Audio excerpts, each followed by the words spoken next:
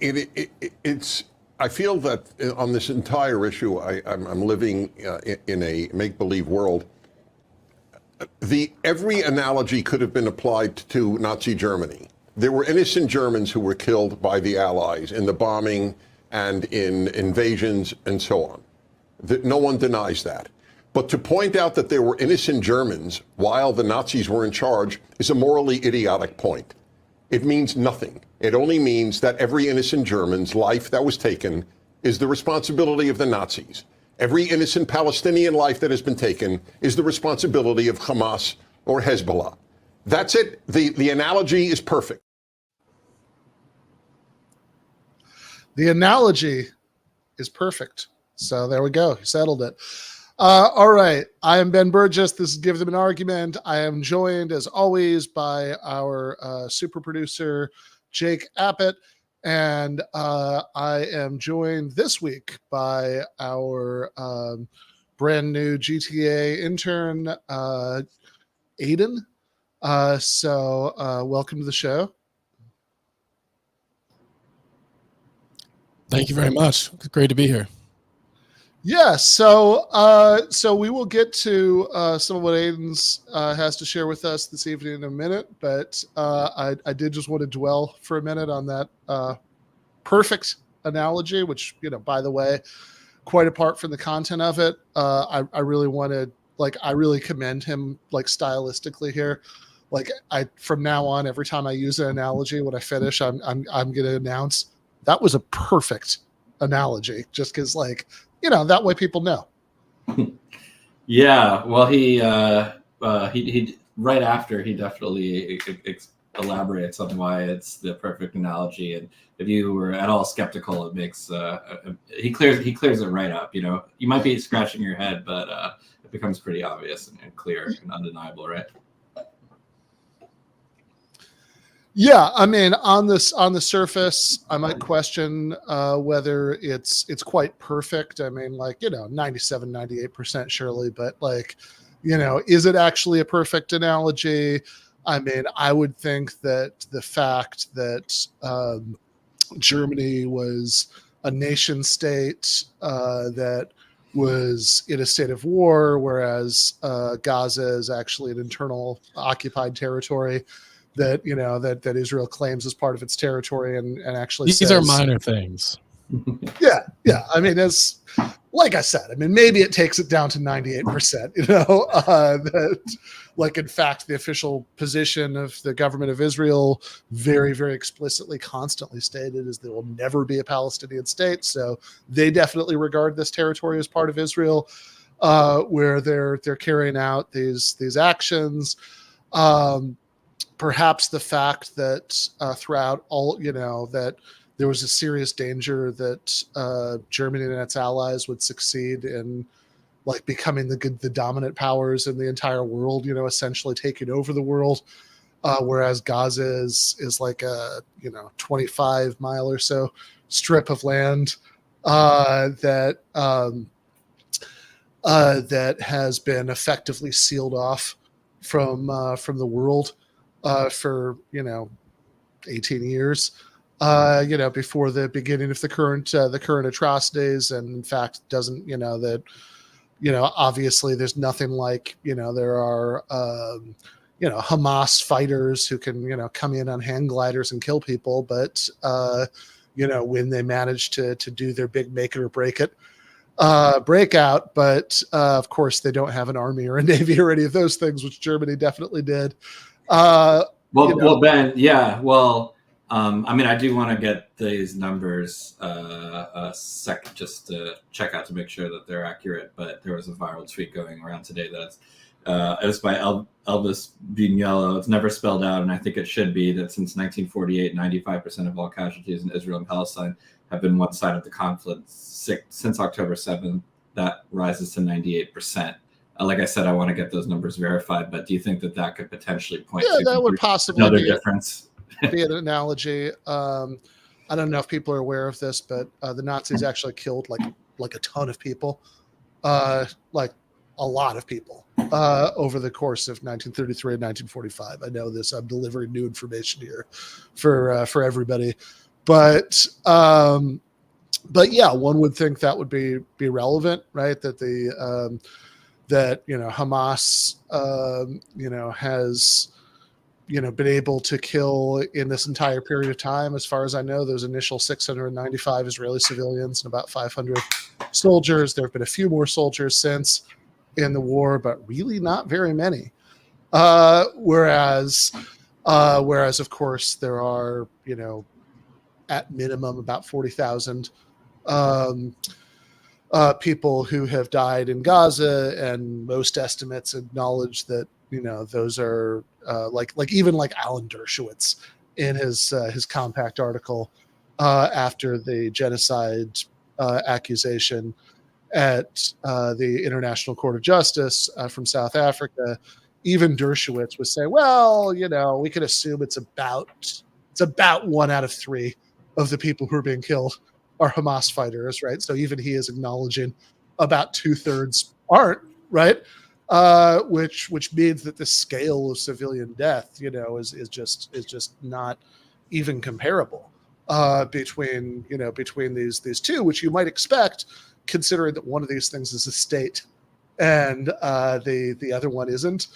And you have also another disanalogy that some people might think would be relevant. Maybe we'd get it down to 96%, maybe 97, 96% is that the basic plan after the defeat of Germany was to let the Germans continue to live in Germany.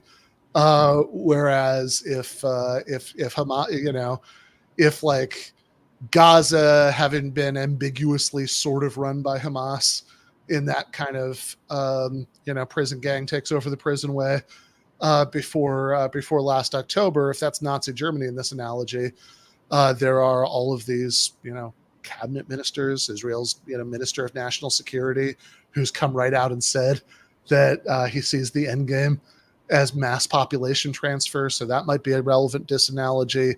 Also, by the way, I looked this up a while ago. The number of German civilians who died in World War II is estimated to be between 350,000 and 500,000, which is terrible. Those are appalling numbers. And by the way, like all of these analogies to World War II always sort of skip over the fact that this is before the Second Geneva Convention and the sort of modern laws of warfare were actually codified. And in fact, the reason that we got the modern laws of warfare was precisely because everybody thought what had happened in World War II was so horrifying, and we wanted to make sure that we never, ever fought another war by those rules again. But also, okay, so that's a huge number, 350,000 to 500,000. It was a world war. But the estimated military deaths are over 5.5 million, right? So it seems like even in World War II, before the codification of contemporary international law, actually there were more German soldiers than civilians being killed, which is quite a gap from like somebody like Dershowitz patting himself on the back over the idea that they've only slaughtered 2 civilians for every Hamas fighter. And of course that's a number he pulled out of his ass. You only get that on the assumption that every single adult male who's killed in Gaza is a Hamas fighter. And that's not even like Obama's military age males. That's like including like old men, like that everybody who's not a woman or a child is a Hamas fighter. That's the only way that you get the number down to 2/3. So and like I don't 15-year-old boys too. Yeah, good point. Yeah. So yeah, exactly. The definition of children is even, doesn't even go all the way up to 18. So I don't know. I've got to say, I don't think it's a perfect analogy. I think all of this should take it down to at least 94% or so. Well, he explains after, which is that, and I don't think we need to even harp too much on this, but the only difference really is that Nazi Germany tried to hide their crimes while Hamas celebrated them publicly. he says, is the only difference between the two. So yeah, wow, the only difference. Okay, so I guess I'm wrong. I guess that Hamas is the governing party of a major nation state with serious global ambitions. Yeah, all right, fascinating. I would think if we're going to talk about publicly broadcasted atrocities, that Israeli soldier TikTok videos are relevant here. But well, that's how the Israel is similar. So there's similarities and differences going across. Yeah. Maybe everybody's the Nazis. I don't know. This is the whole thing. It's like remember after the LA live show, I think the next day, I had lunch with producer Jordan and C. Derrick Varn, who's about to join us, and Deep State Cuba. And we were talking about this with regard to Ukraine, that like the sort of dominant narrative, of both sides is that this is World War II. They just disagree on who's who, and like one of Putin's excuses for the invasion was denazification. But then, of course, there are all of these like Ukraine hawks in the West say, oh, if we had any kind of negotiated settlement, that would be just like Munich, or, this is World War II in the other direction. And I remember Cuba commented that, like you almost wonder if this is like the importance of these narratives is so significant that this could be part of military strategy. Like, oh, we can't kill too many of the Azov guys, because if there are still a bunch of Wagner Group guys left, this was back when that was still a thing, then we'll have a Nazi gap, right? They'll have more Nazis than we do. And, we'll have lost the narrative battle. I actually think it's possible that not everything is World War II, that in fact, most things aren't World War II. Sometimes other stuff happens, but that's me.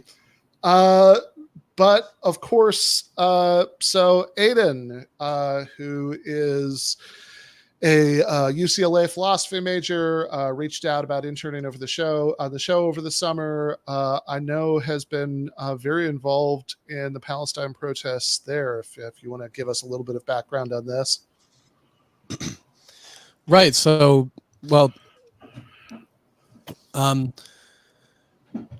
to UCLA, transferred in this year. Once the encampment started, I was part of it from the beginning. It started out just like a small patch of grass in the main quad at UCLA, and then it expanded and expanded. And as it expanded, things got more and more tense. There was a little screen, or a big screen really, built that would display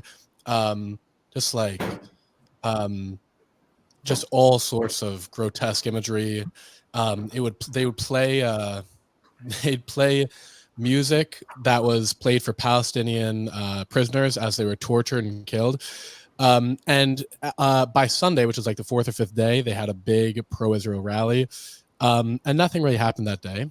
Monday, people came at night, and it got a little bit more tense, a little bit more riled up. But again, it just kind of sizzled out by like 1 or 2 in the morning.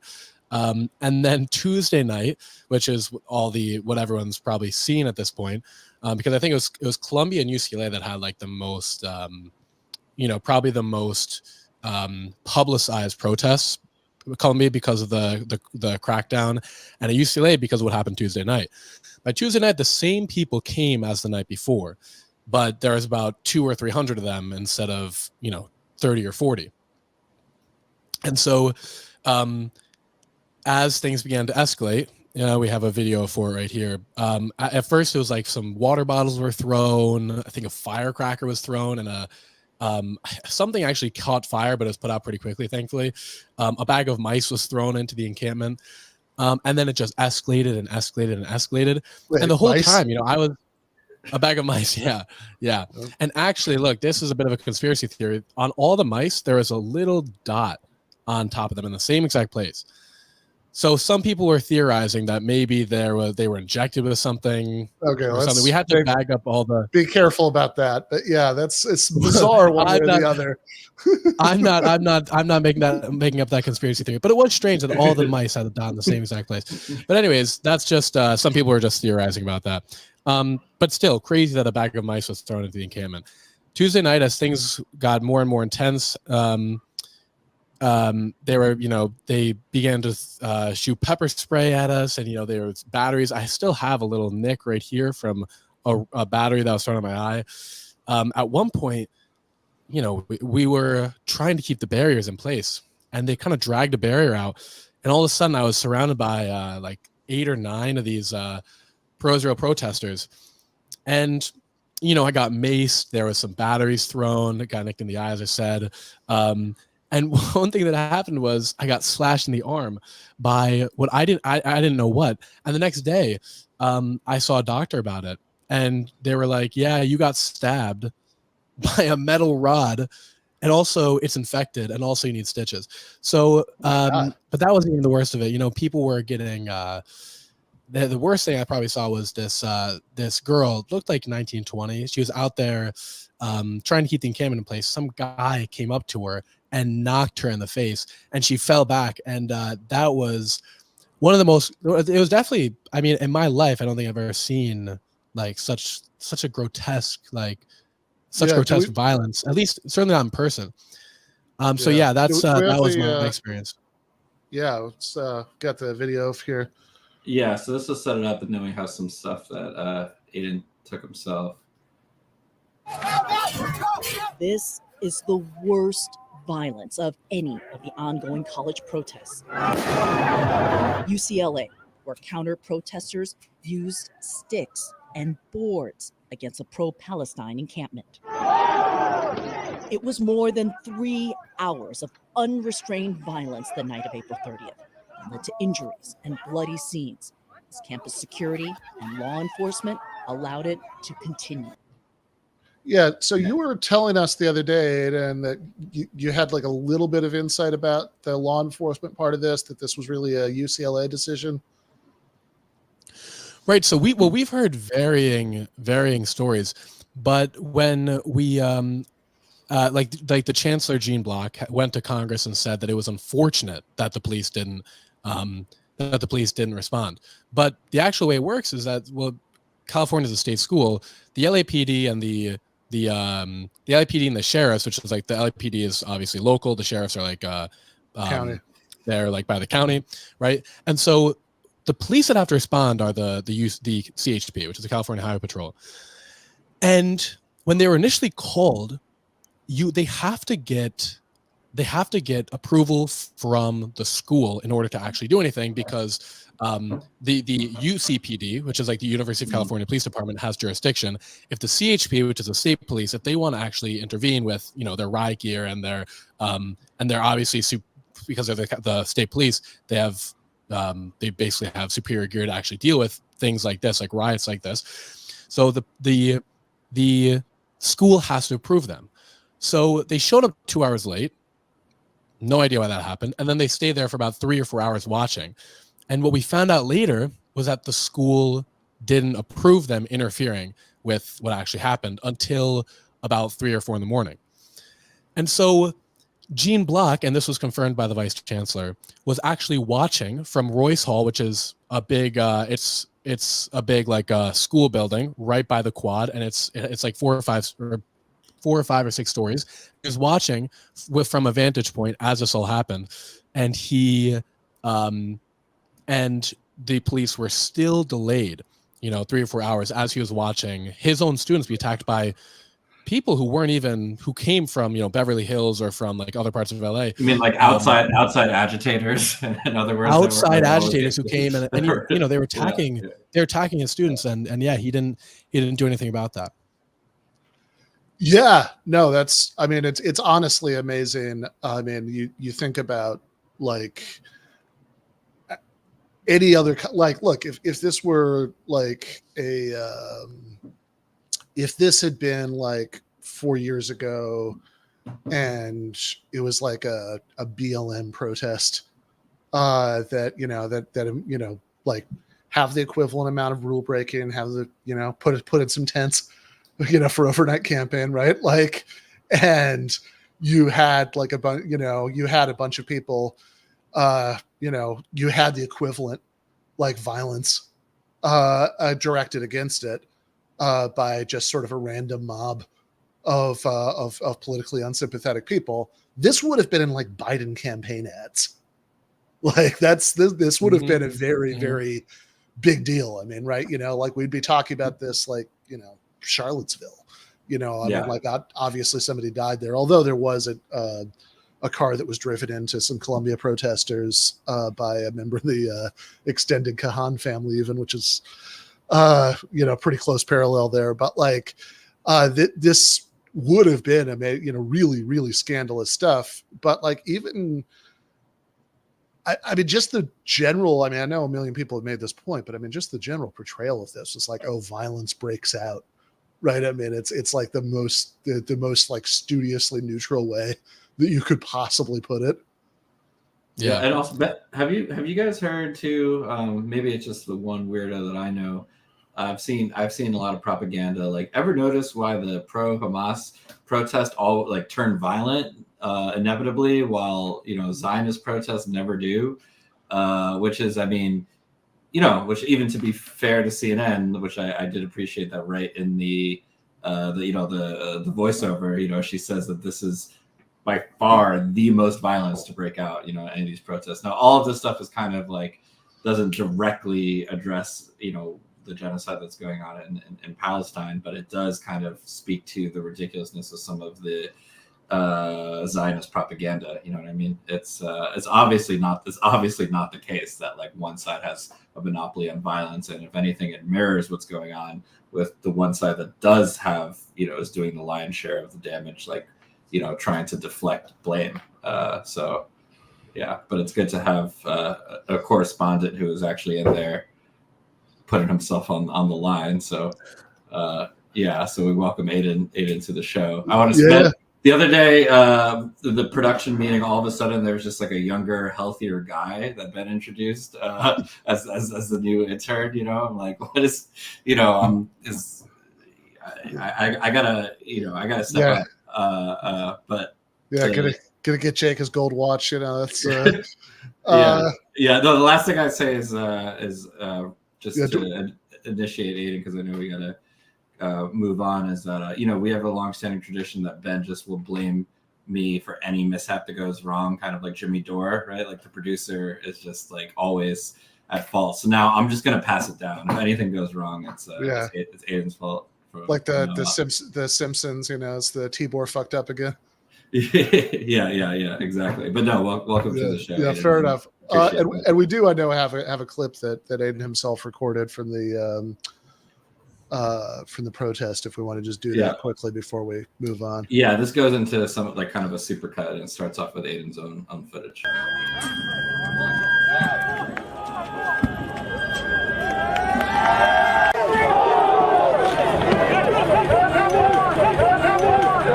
Halfway through the quad. Look at this. Somebody is being beaten. Somebody is being beaten with... So you could see some of Aidan's own footage kind of going into what was like a super cut. But yeah, that was like another vantage point. But yeah. Yeah, well, really appreciate it. You can now have all of the riches and social status that are associated with involvement in mid-tier leftist podcasts. So just, I don't know, try not to let it go to your head. But in any case, I will see Jake, at least I know, in the post game. Aidan, if you are able to join us back then, certainly feel free. But for now, I will say goodbye to you guys, and we will bring on C. Derrick Varn of Varn Vlog, and Matt McManus of Jacobin Edgelords, Academic Edgelords, Commonweal. I don't know. If you have if you just open a piece of printed matter at random, bibliomancy style, you'll probably run into a Matt McManus article there. At least like some fucking like barcode that I've worked on in the past or something. Okay, fair enough. How you guys doing? Good, yeah. Fucking, I'm okay. Fair enough. Well, yeah. So I thought that when I saw that Tucker Carlson had interviewed Aleksandr Dugin on his show, I knew that this was so obviously GTAA content that that an episode about it sooner or later was inevitable. is determined by the nature of the thing itself. But I thought you guys would both be really interesting people to have on, because I know certainly Matt has written about Dugin, and I know I've seen Varn produce Dugin content. I think you guys are in the very small circle of Anglophone people who, for better or worse, have actually read some of his books. So that's so yeah, I thought you might have some insight here. So if somebody want to kind of get us started with who this guy is exactly. You want to go, Matt, or do you want me to go? You can go, Derek. Aleksandr Dugin is a Russian political philosopher who way long ago had a post at the University of Moscow. Kind of fell briefly out of favor in 2013, 2014 for basically calling for total war on Ukraine and nuking them. He had been introduced to the United States before in the context of radical traditionalism, of which he was a member in the aughts, tied up to the foundation of the National Bolshevik Party in Russia with Edward Lemonov and those fun groups of artistically inclined coffeehouse Nazis. Everyone's favorites. Yeah, everyone's favorite kind of Nazi. Yeah, I really should say that you two are the very small circle. The first circle is small, but you're in the very small circle of English speakers who've read some of Dugin's books, who aren't incredibly off-putting fascist weirdos. So there's a shift in Dugin's thinking in the late aughts, where he starts developing his own theory, moving himself away from National Bolshevism and tying in some of his other theories. He'd also converted to Orthodox Christianity sometime in that interim. I'm not sure when that happened, but it's important for his late aughts work.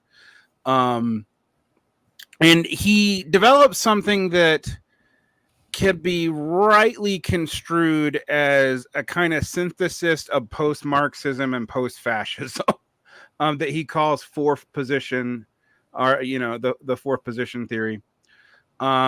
Doesn't make a big hay in the U.S. at first. It's not translate. It comes out in Russian in 2009. It takes about 3 years to get into English. It's published in English first by Mark Shabobda by himself in this kind of bootleg copy. Then Shabobda and the American academic Mark Milliman revised that and released a kind of official version from Arctos Press. Arctos Press is itself weird. It's kind of it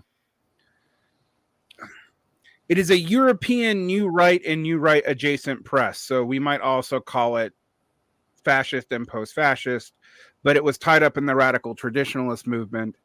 Dugin is kind of an influential thinker in Russia. Although when I talk to Russians about this, I get wildly different positions about how influential he is. Most Russians seem to think he's a joke. Some people tell me actually he's serious, but he's not for internal consumption. He's actually for non-Russians, and that's his ideological function. I don't know what to make of that. I can tell you that the rhetoric that Putin uses resembles Dugin's rhetoric now more than it has in the past. But that does not necessarily mean that Dugin's had a whole lot of influence on Putin. It could be that this is just trends in Eurasianism that aren't getting translated into English except in people that we see like Dugin. So anyway, he loses his position at University of Moscow, kind of becomes a media figure. And around this time in the West, a bunch of liberals discover him and kind of posit him as Putin's Rasputin, which is a real big misunderstanding. He was never that. It's hard to say what he is, but this idea that he's really somehow the secret brain of Putin is highly misleading. The secret brain of Putin would not have gone on Alex Jones's show. So it's he sets himself up as a media figure, and kind of becomes a boogeyman for liberals. And while there have been attempted outreach to Marxists and other left-wing thinkers as early as 2012, I mean, it's in his book that like he thinks that they should try to reincorporate parts of Marxism literally as a Sorelian myth to establish a fifth column on the left. And he says this explicitly. That is not me like impugning motives. It's directly in the second chapter of Fourth Political Theory.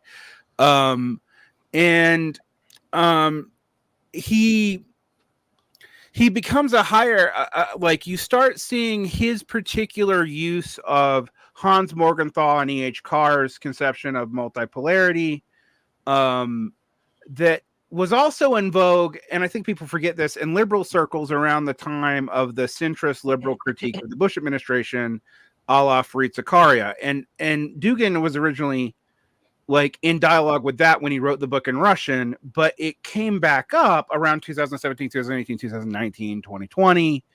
After the failure of the Bernie campaign, you start seeing this kind of rhetoric being picked up by patriotic socialists and other dissident factions of the left.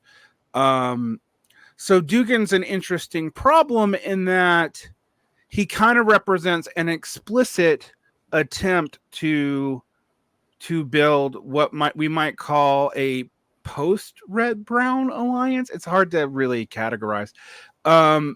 He also got more fame when his daughter was blown up by accident. Clearly, the bomb seemed aimed at him.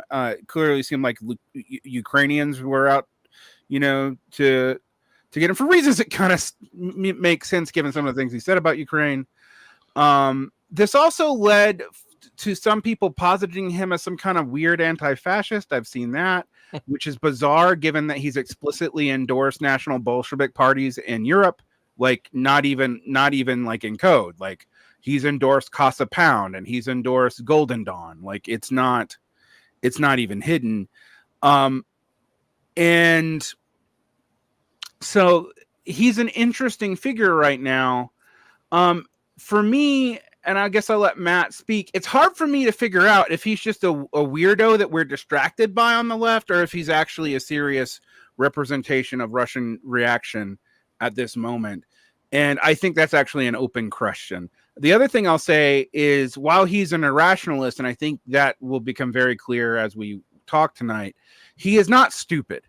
And a lot of people underplay him as, I've seen him like compared to like Russia's Alex Jones. He is not that dumb. And that has to be dealt with. So I'm going to turn it over to Matt now for any additional comments. Yeah, I thought that was great. So my take on the guy is primarily influenced by Charles Clover's book, Black Wind, White Snow, The Rise of Russia's New Right, and a few other sources as well, including, Michael Millerman's book, because Michael Millerman was one of the most important figures on the American right who tried to popularize him for an English-speaking audience.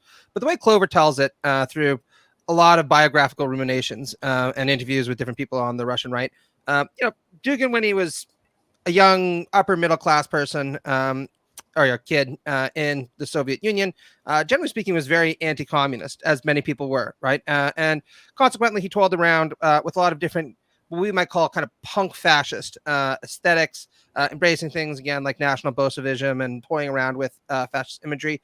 But like a lot of young Russians, when the Soviet Union did actually fall, he was pretty horrified and aghast at that. Not so much because he had a great deal of nostalgia for the communist regime, let alone socialism or Marxism or what it happens to be, but because the Soviet Union was at least a major world power that he identified with. And now that was gone. And American imperialism and American capitalism and liberalism seem to be the only game in town. And we're all familiar, I think, with the end of history period, right? Yeah. And also, to be fair, I mean, the collapse of the Soviet Union really was like pretty apocalyptic for the perspective of people who lived there, right? Like that that you had wars, civil wars, economic breakdown, breakdown of sort of basic public safety, this huge decline in life expectancy, people would like all these, would go like months without getting paid, rise of, organized crime to the point of kind of merging with the state, right? I mean, like it was a whole like kind of merging with the state. I yeah. would not even say kind of, but go ahead. Yeah, right. Like, I mean, it was a whole dystopian movie that played out there, over the course of the 90s. Oh yeah, and that's exactly what Clover points out, right? And in one of the most telling quotes that he cites from Dugin very on in his career, Dugin apparently says that he never realized that he loved the Soviet Union until it was gone, right? Again, not so much because of communism, but because of being, a major hegemonic superpower that was a rival to the United States. And interestingly enough, what happened, as you pointed out, was the country descended immediately into chaos against all the expectations of those who figured if you just introduce absolute free markets immediately into the former Soviet system, Valhalla will just emerge, right? And the Russian military in particular, at least on Clover's telling, were the ones who first took an interest in him, not because they thought he was anything special per se, but because there was this real anxiety on the part of the Russian military about what they were now supposed to stand for, right? They weren't trying to advance the cause of worldwide communism any longer. Going back to kind of Tsarism didn't seem exactly possible. And they felt like, well, there's all these kind of weirdo nationalists and far-right people and cranks and liberals. Let's just give them all a little bit of money and a little bit of leeway. And we'll try everything, right? And see who can come up with an ideology that can speak to these times. And so this is where you start to see Dugin work really hard on his first really big book, Foundations of Geopolitics, where he lays out a case that actually it's now Russia's destiny to be part of this grand Eurasian civilization that's for the most part going to be committed to hard right principles. There's also a bunch of stuff, that draws upon, early 20th century geopolitics, nations of the sea versus nations of the land. The idea being that nations of the land, like the United States, sea, like the United States, are more inclined towards liberalism and cosmopolitanism, whereas countries like Russia that are countries of the land are more grounded in the soil and more religious and less liberal. And long story short, the idea was, all the different, Eurasian nations will gather together under Russia's leadership. They'll confront American imperial power. The nations of the land will overcome the nations of the sea. And then quite literally in some very colorful passages in Foundations of Geopolitics, he says all of his enemies will burn in hell as Russia regains its rightful place at the apex of the world. Because as Derrick will tell you, revenge fantasies are pretty much a constant theme in any kind of fascist or post-fascist or neo-fascist discourse, right? There's always got to be revenge of some sort. And as Derrick pointed out, it's ambivalent what the reception of this book was in Russia. It was a bestseller, sold very well, and apparently some people were quite taken with it. But it's not clear how much the Russian military or the emerging regime saw him as kind of a useful idiot, spouting something that was helpful in justifying Russian resurgence, or how much they really bought into what he was saying ideologically and thought there was some tenability to it. And for a while there, he kind of occupies a variety of different positions in the Russian regime, between being a kind of public-facing intellectual, producing things that range from intellectually highfalutin material to outright conspiracy theories, lecturing in a variety of different capacities on Eurasianism. And his next main work, as Derrick points out, the one that really makes his name, certainly in the West, is this book, The Fourth Political Theory. And this is the one where he steps away from some of the more overt fascist rhetoric and new right rhetoric of people like Guillaume Fay or Alain de Benoit, and posits the idea that the three major political theories of the 20th century, fascism, communism, and liberalism, have all failed. So it's necessary is a new political theory, this fourth political theory. Now, anybody who reads this book will come away with two conclusions. First off is that, as Derrick said, he's not a stupid guy, right? He's very well read. He's certainly knowledgeable about a wide array of different figures, including, on the far right and even postmodern authors and from French post-structuralism. But he is definitely not concerned with what we might call intellectual consistency, right? At all, right?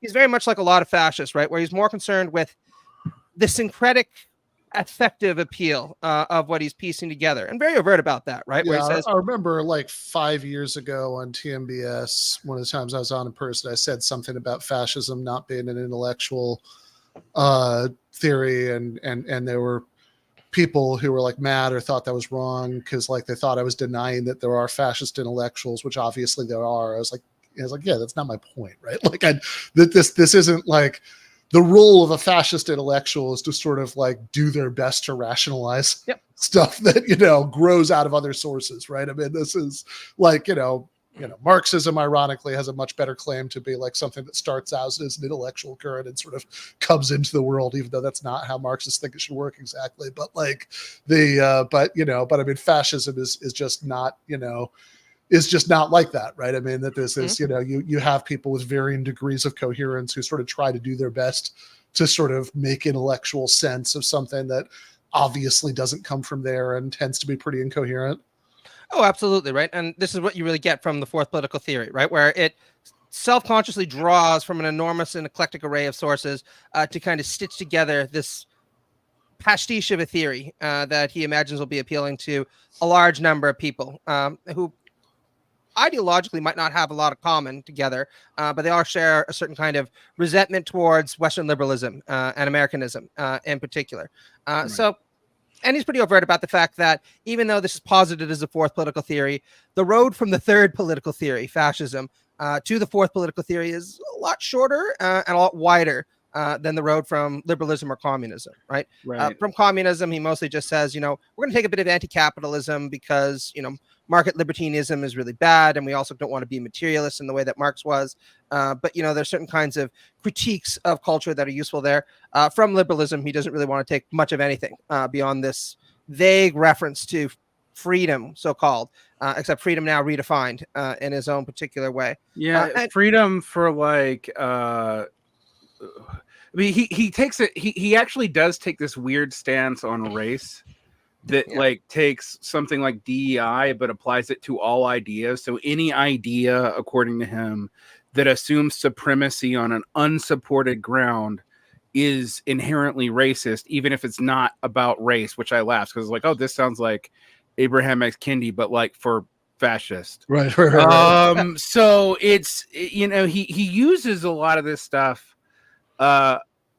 Again, and also if you read the Foundations of Geopolitics versus what he says in Fourth Political Theory, he's a pluralist for everything but America. Like everybody's okay except for the United States. Although weirdly, he wants to fragment Europe and unite Eurasia, which if you just think about that from geopolitical arrangements, so he wants to weaken his neighbor to the west significantly by dividing it up into national projects, which could either be incorporated or not, but at least not pose a threat to a Eurasian superstate.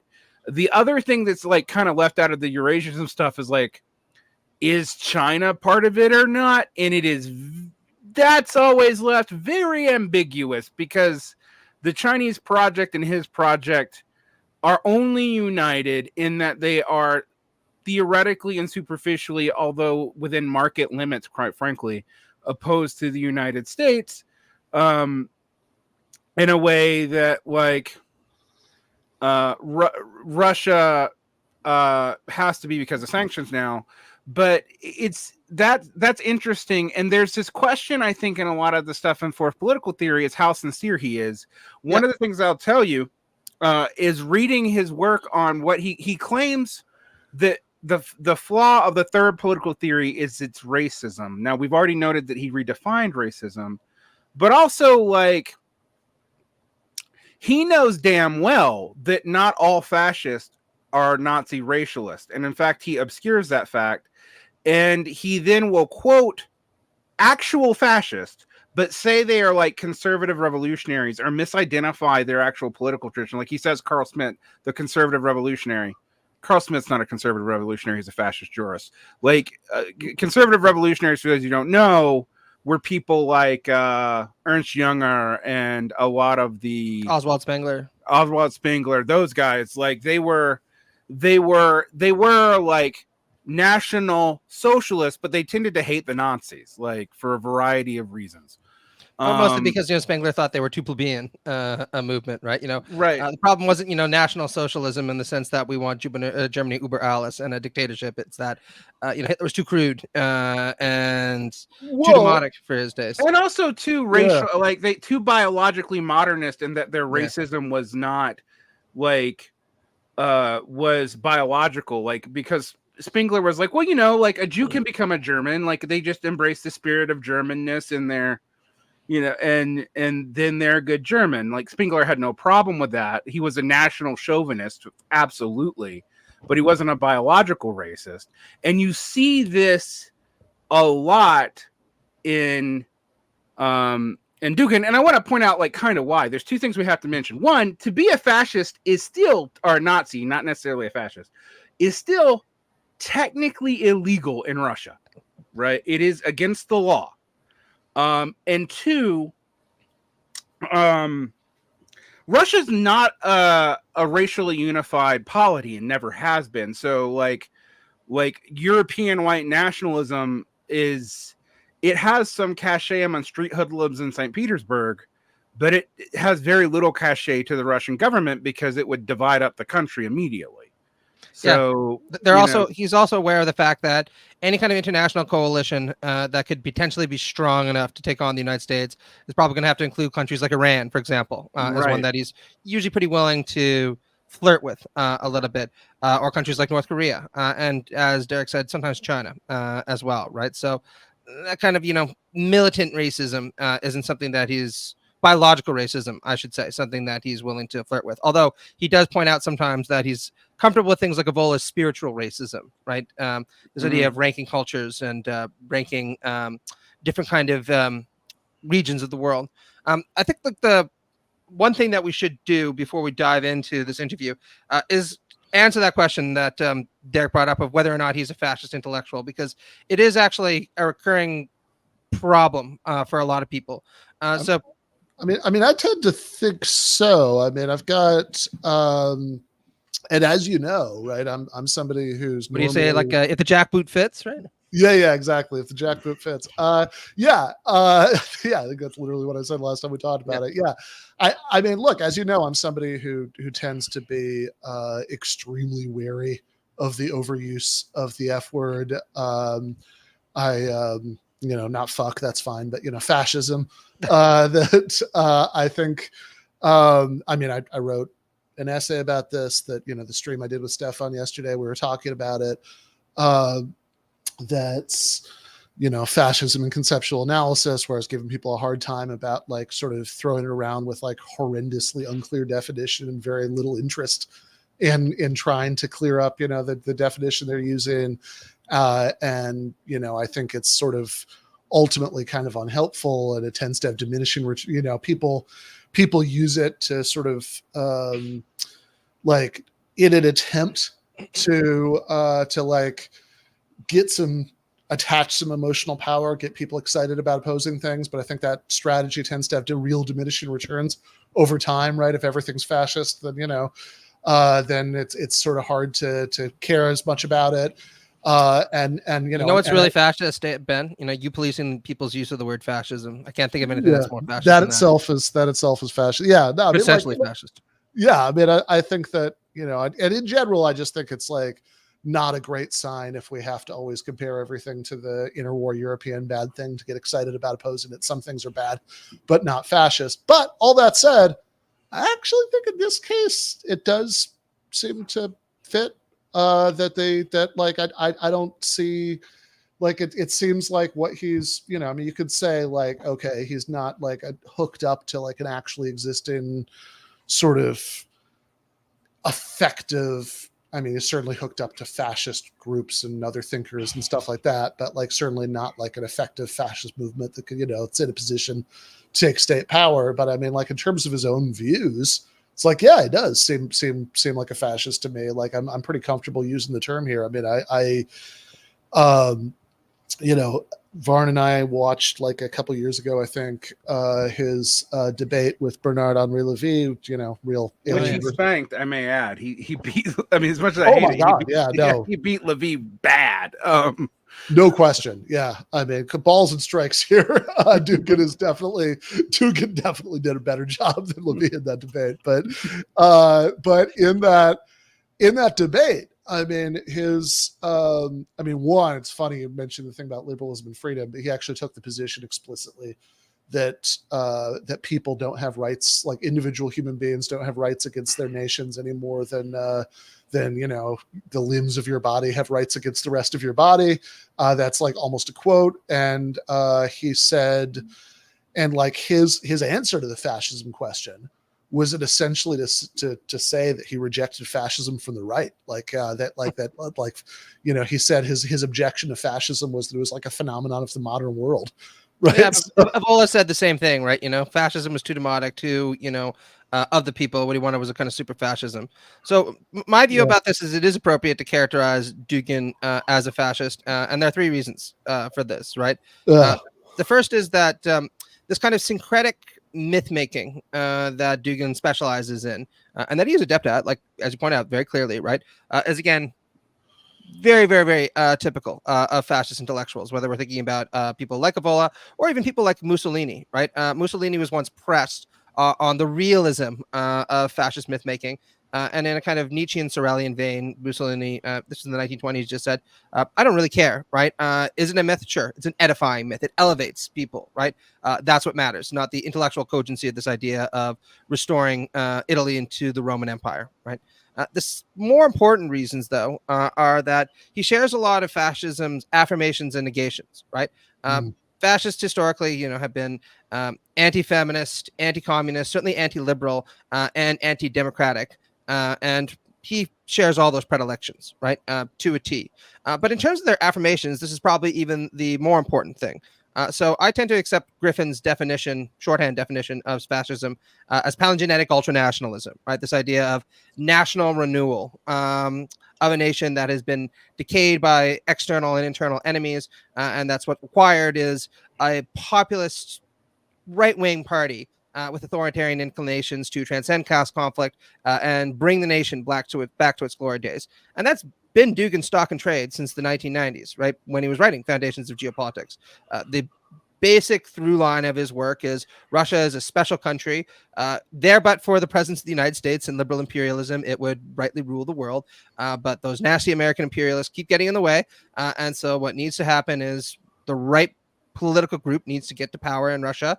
It needs to dispel Western liberal ideas of democracy and citizen involvement, while at the same time exciting the people, or the Narod, as he sometimes calls them. And then it'll form this Eurasian alliance with a variety of different white nationalist, anti-liberal groups, and they'll take the fight to the United States, and Russia will rule the world, right?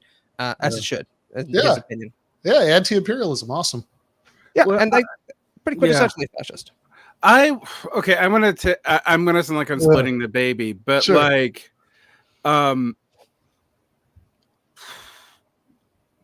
It very much depends on what you think are the relative vectors of what makes something essentially versus non-essentially fascist. And I tend to take Enzo Traverso's definition more than Griffin's.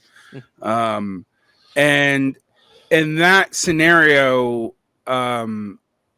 you have elements of fascism. I'll tell you what they are: national renewal, corporatism. But national renewal is a little iffy in Dugin in that he actually is interested in civilizational renewal. He actually buys into fundamentally the Samuel Huntington framework of civilizations, as incoherent as that actually ultimately is. That's one of his notions. It's a little different from standard fascism. He's actually not particularly interested in mass mobilizations or like street troopers either. And that's a little different as well, although he probably liked to valorize all of Russian society and also Islamist society, etc.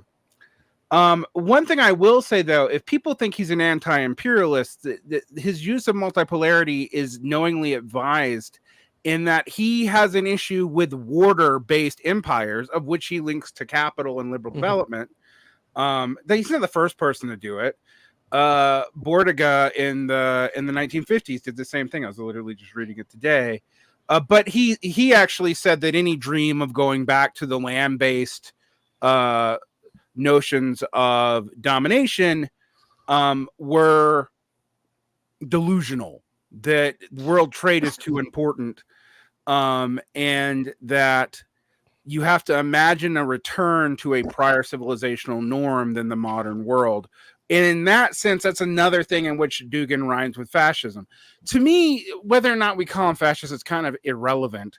Sure. One thing I would say is he's definitely a fucking reactionary. There's no way around that. And he is an imperialist for his team. The Eurasian project is an imperial project.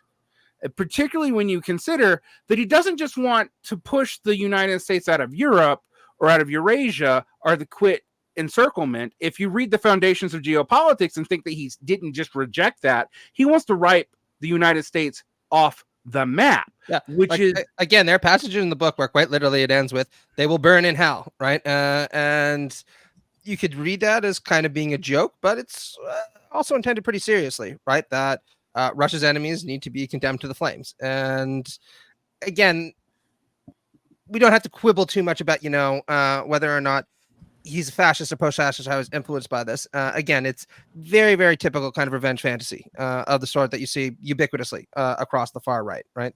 This idea that, our enemies are decadent, weak, but also too strong. And in overcoming them, we will revive our civilization and potentially revive the world as well. So his anti-imperialism is eclectic in the sense that he's absolutely opposed to American imperialism because he feels that they're spreading libertine values across the globe that are having a corrosive effect on world civilization. But he sees Russia in many cases as having a kind of special role or special destiny to play at the epicenter of this new Eurasian coalition or Eurasian civilization that's clearly going to be a new Russian empire by any other name, right? The focus on the Ruski Mir indicates that it's an imperial project. Like it's the unification of the Russian world, which for him would be, I guess, the Orthodox Christian world and the Slavic peoples, although he's not a pan-Slavist, in addition to, say, certain Shia and Buddhist elements that have historically been part of Russia. This is why he's not a Christian nationalist as such. He doesn't want to cut those people out of the Russian orbit because they're traditionally in it. So this leads to a kind of Orthodox Christian supremacy in Dugin, but he doesn't want to wipe out like Buddhist or any of that, or Islamist or any of that. In fact, one of the things that if you go out and dig into like competing visions of Islamism, let's say in Turkey, right? You'll find that like there are Eurasianists who are Turkish Eurasianists and like Odraganists, and they're like fighting Duginists who are more aligned to this vision of Eurasianism as Russia, and that like, the Orthodox Christians aren't really a threat to Islam, so we can team up with them against the great Satan, et cetera, et cetera, et cetera. And I will say that makes this a more complicated notion. For people who are responding that I'm saying that Dugin doesn't want to rule the world. No, I'm saying Dugin wants an empire, and he wants Russia to be the first amongst equals, and he also does not want the U.S. to be part of that world. But he doesn't actually seem to want Russia to actually conquer, like the way the Nazis wanted to do, the entire planet. Although if we're interested, which is certainly relevant for comparisons to classical fascism, but if we're talking about imperialism and anti-imperialism, I mean, surely anybody who's dumb enough to accept Dugin's claim to be an anti-imperialist who, left-wing anti-imperialist should like for that reason. I mean, presumably the main imperialism they have in mind is U.S. imperialism, which doesn't take the form typically of that kind of Nazi, direct conquest and, annexation, right? I mean, it takes the form of, a sort of complicated global hegemony that, involves a lot of military force, but like, isn't that, right? And I mean, Dugin certainly advocates that. I mean, if nothing else, he's certainly a maximalist about the war in Ukraine, so absolutely. I mean, yes. That brings me actually to a good point. So in his later book, Introduction to Eurasianism, he actually pulls some very fun bits of fudging on these points. So he calls for revolutions or revolutionary attitudes, right? Really, I'd say counter-revolutionary attitudes against existing regimes. But then he singles out the Orange Revolution in the Ukraine and says, well, no, that doesn't really count because the content of a revolution also matters in determining whether it's a real revolution. The Orange Revolution is not actually a real revolution by this criteria, right? And that's important in understanding his contemporary attitudes towards the Russia-Ukraine conflict, right? Because he really sees this as part of a kind of broader global struggle by Russia against the United States. So when people get weirded out by how fanatical he seems to be about a regional conflict in Eastern Europe. That's part of the reason why, right? I remember Derrick was talking about this earlier, right? Because this isn't just a regional conflict in a small part of Eastern Europe for him. This is really the kickoff of a kind of global imperialist struggle against the United States, whose first or at least primary front right now is the Ukraine. And this is a moment of Russia reasserting itself within its traditional boundaries as one of the major steps towards breaking down U.S. power in that region of the world. And that's why, when the Ukraine war began, he was Facebooking and tweeting out things like kill, kill, kill, kill, advance and go, go, go, celebrating the renewing and purifying violence that was associated with that war. Now, I saw a lot of leftists who responded to this in a way that I thought was pretty gross by saying, well, he's opposed to American imperialism. American imperialism is bad. And, we made some serious mistakes by edging NATO ever closer to Russia's borders. So perhaps it's appropriate to respond this way. You could say that I would say, right, that NATO expansion in the 90s was like a catastrophic overreach, and that's definitely part of the causal backstory of the conflict reaching this point. All of that stuff. Lots of people think I'm a Putin apologist because I want negotiated de-escalation. But it's also like fucking insane to say it's like he's an anti-imperialist. He's against American imperialism because he's a Russian imperialist. Like, of course, if you're a Russian imperialist, of course you're against American imperialism, right? I mean, if you're exactly right. If you're an Ohio State fan, right? Like that, then obviously you're against like the U of M football team. That doesn't mean you're against football. Well, no. That's an actual instance of somebody just being evil and wrong, Ben, they deserve to actually be condemned to hell. Your other examples, that's fine, but don't talk to me about Ohio State here. Okay. Well, as the resident Marxist sectarian overlord, I find it interesting that so many Marxists have picked up multipolarity talk because its origins actually are an American British neorealism.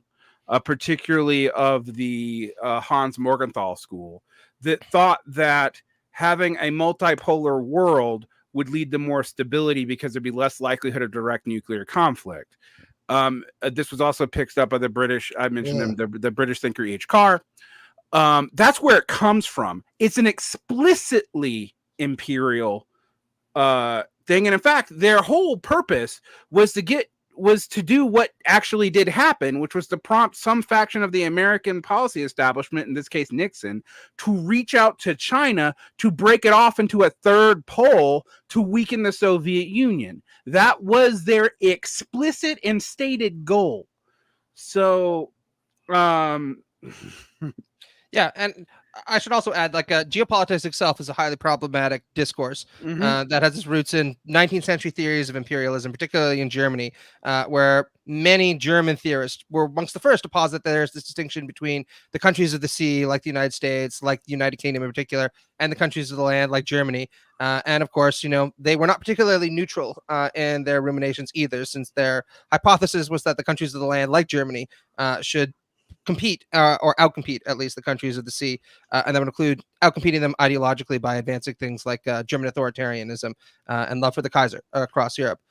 There was one last thing I wanted to bring up, since this is nominally a philosophy podcast and some people might be interested in this, which is his eclectic relationship with Western intellectuals, right? So Dugin's kind of recipe book, people that he's influenced by, grows bigger with each book he publishes, and so it's difficult to keep up. And again, this is kind of the syncretic dimension that I mentioned. A lot of these people are pretty typical nouvelle droit authors, Guillaume Fay, Alain de Benoit, who both singles out for enormous amounts of praise. We don't have to get into them, but probably the one that's attracted the most attention in the Western world is his relationship with Heidegger. He published an interesting long book about Heidegger, where he characterizes him as the greatest Western thinker from whom Russians have the most to learn, largely because in his interpretation, what Heidegger proves is that Western metaphysics and Western ways of looking at things all wind up in a ditch. And therefore, the project has failed and it needs to be restarted. Now, Heidegger, on Dugin's reading, essentially said that Western metaphysics has led to nihilism, and we need a country like Germany in order, which is more spiritually tuned, to restore the West. And Dugin, interestingly enough, just kind of picks up Heidegger's narrative by saying Heidegger is right that Western metaphysics has led to nihilism because it's led to liberalism and led to people watching too many Avengers movies, and we can't have that, right? But, he's wrong to think that Germany, a Western country, was the country of the center that could save world civilization or Western civilization. Really, it's Russia that he never predicted, of course, that is going to be the country that can jumpstart a new, less decadent, more rarefied kind of intellectual and metaphysical project. And consequently, it's the one that will save world civilization, right? So there's this real philosophical messianism, or onto-messianism is probably a better way to put it, that you find in his work. And this has actually been important beyond just for intellectual reasons, because his work on Heidegger has proven really influential on large parts of the American right. Now, whether you take this to be an accurate reading of Heidegger or not, I actually think it's pretty accurate. I think it's actually right. I mean, one thing I'll say, Matt, is that he keeps on talking about, like, I've been slow reading through for the third time a Fourth Political Theory, like word for word with a group of people on my channel. People say I fucking hate myself. You fucking must just be sitting there, like, when your free time, just like fucking bashing yourself on the back. Well, it's interesting to me because when there was this movement on the left to pick up multipolarism, I, as a former right winger, recognized the moves. Yeah. And I was like, this is what they're doing. This is why they're doing it. This is like, Dugin's even tried this before. He tried it in 2011, 2012 with concurrent to Fourth Political Theory. Like, that's not even like, he made forays into the WWP, the formerly Trotskyist intern anti-revisionist party. That's the predecessor to the PSL. Recruited Caleb Maupin to his cohort probably around 2011, 2012. It didn't come out. It wasn't proven for sure till 2015 when Maupin met Dugin at a conference, and then he was kicked out of the WWP and became the fun media figure that we know today. But this was an active strategy, one that he telegraphs, right? In For Political Theory, he talks about, he actually does a thing that is remarkably reminiscent of the fascist, which is to pick up on on George Sorel's use of Marxism as a myth of violence to categorize people. And he actually even ties into the Sorelian reading Frantz Fanon, and all together as a kind of violent reaction of which his group could respond and incorporate and then probably eradicate, quite frankly, Marxist implementations, because he thinks, well, Marxism is a waste of time. The only thing useful about it is a Sorelian myth against the liberal order. That all the productive forces stuff and all that's nonsense to Dugin. Dugin doesn't care about economy. And actually, it's one of the weirdest things about his geopolitics is, even compared to 19th century geopolitics, it doesn't contain a stitch of economics, like, at all. Like, it's not there. Like, does he want, like, even though it's implied in this, like, land thing, the German historical school that was pushing that, like, they did have an economic program. I have no idea what his is, except for maybe, like, autarkist major empires or whatever. The reason why I want people to notice the multipolarity parts of it is that it's just like the metaphor itself is for there to be multiple strong empires. That is what is implicit. Right. Those are the poles. Right. The poles. When you compare that to what, say, Lenin said, for example, to Kautsky, I bring this up a lot because a lot of people who will quote Dugin will actually quote this letter thinking that Lenin supports Dugin when Lenin's, like, chastising Kautsky for backing the German situation in the war, which is funny because what Lenin's doing is like, well, you can't support. And by the way, for those of you who don't know, Kautsky didn't actually support the war effort. He left the SPD after that vote. But he was ambivalent about what socialists should do about it when he was in the independent SPD. And he wrote a letter like, well, maybe it would be good if we at least don't oppose the German war effort because it'll lead to Serbian national liberation, something that even Lenin would be on board with. And Lenin says, yeah, I would be on board with it, except for the fact that it would help the Russian Empire at this moment or it would help the German one, and we are not to support any imperial project at all. Yeah, I think that's very important to understand. So one of the things that irritates me about Marxist and liberal evaluations of the political right is, interesting enough, Marxism and liberalism as Enlightenment doctrines both share a kind of rationalism and a kind of economism and materialism, right? And I see across the spectrum, people will try to say, well, fascism is more socialist, or fascism is more capitalist, or ultimately, fascists were motivated by this desire to save capitalism, or fascists were motivated by this desire to implement socialism, but via nationalism, right? Now, what's problematic about all these takes is they very rarely actually look at what fascists themselves have to say about economics. And most fascists, when they talk about economics, see it as dreary materialist decadence that has no place in a kind of viable political outlook. They'll sometimes say things about economics that bricolage different perspectives together. But at the epicenter of their worldview is this idea that economics is a kind of decadent libertine materialism, and it should be subordinate to your political project. And that means that you pretty much implement any economic project or program that you think is appropriate to pursue your grander political objectives. I mean, fascists in Germany and Italy were certainly propelled to power in large part because powerful interests saw them as a way of preserving capitalism. That's definitely true, but that doesn't mean that it's what got them out of the bed in the morning, right? Like that's a very different claim, right? And like I think I was kind of thinking as Varn was talking earlier about, I'm not a fascist, obviously, but just on the point about Dugin that Richard Nixon famously said something about like not giving a shit about domestic policy. He wanted to be president for, to do all this like high level geopolitics stuff. And he sort of dismissed like all the domestic stuff as like, as he said, like cutting ribbons at shopping malls in Ohio, that like, this is kind of his, like, it's like, yeah, I don't care about that. Right. Like I care about this grand strategy stuff. And, and so I think a lot of the, incoherence in sort of stated economic program that you get in classical fascism and the sort of wild swings from one direction to another. I mean, I think definitely goes with that.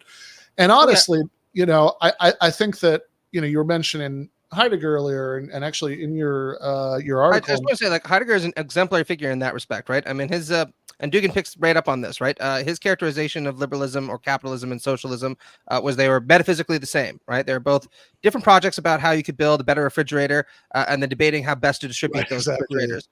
Now, I think the debate between capitalism and socialism or liberalism and socialism is a lot more robust than that. And there are other more core values that are played than this.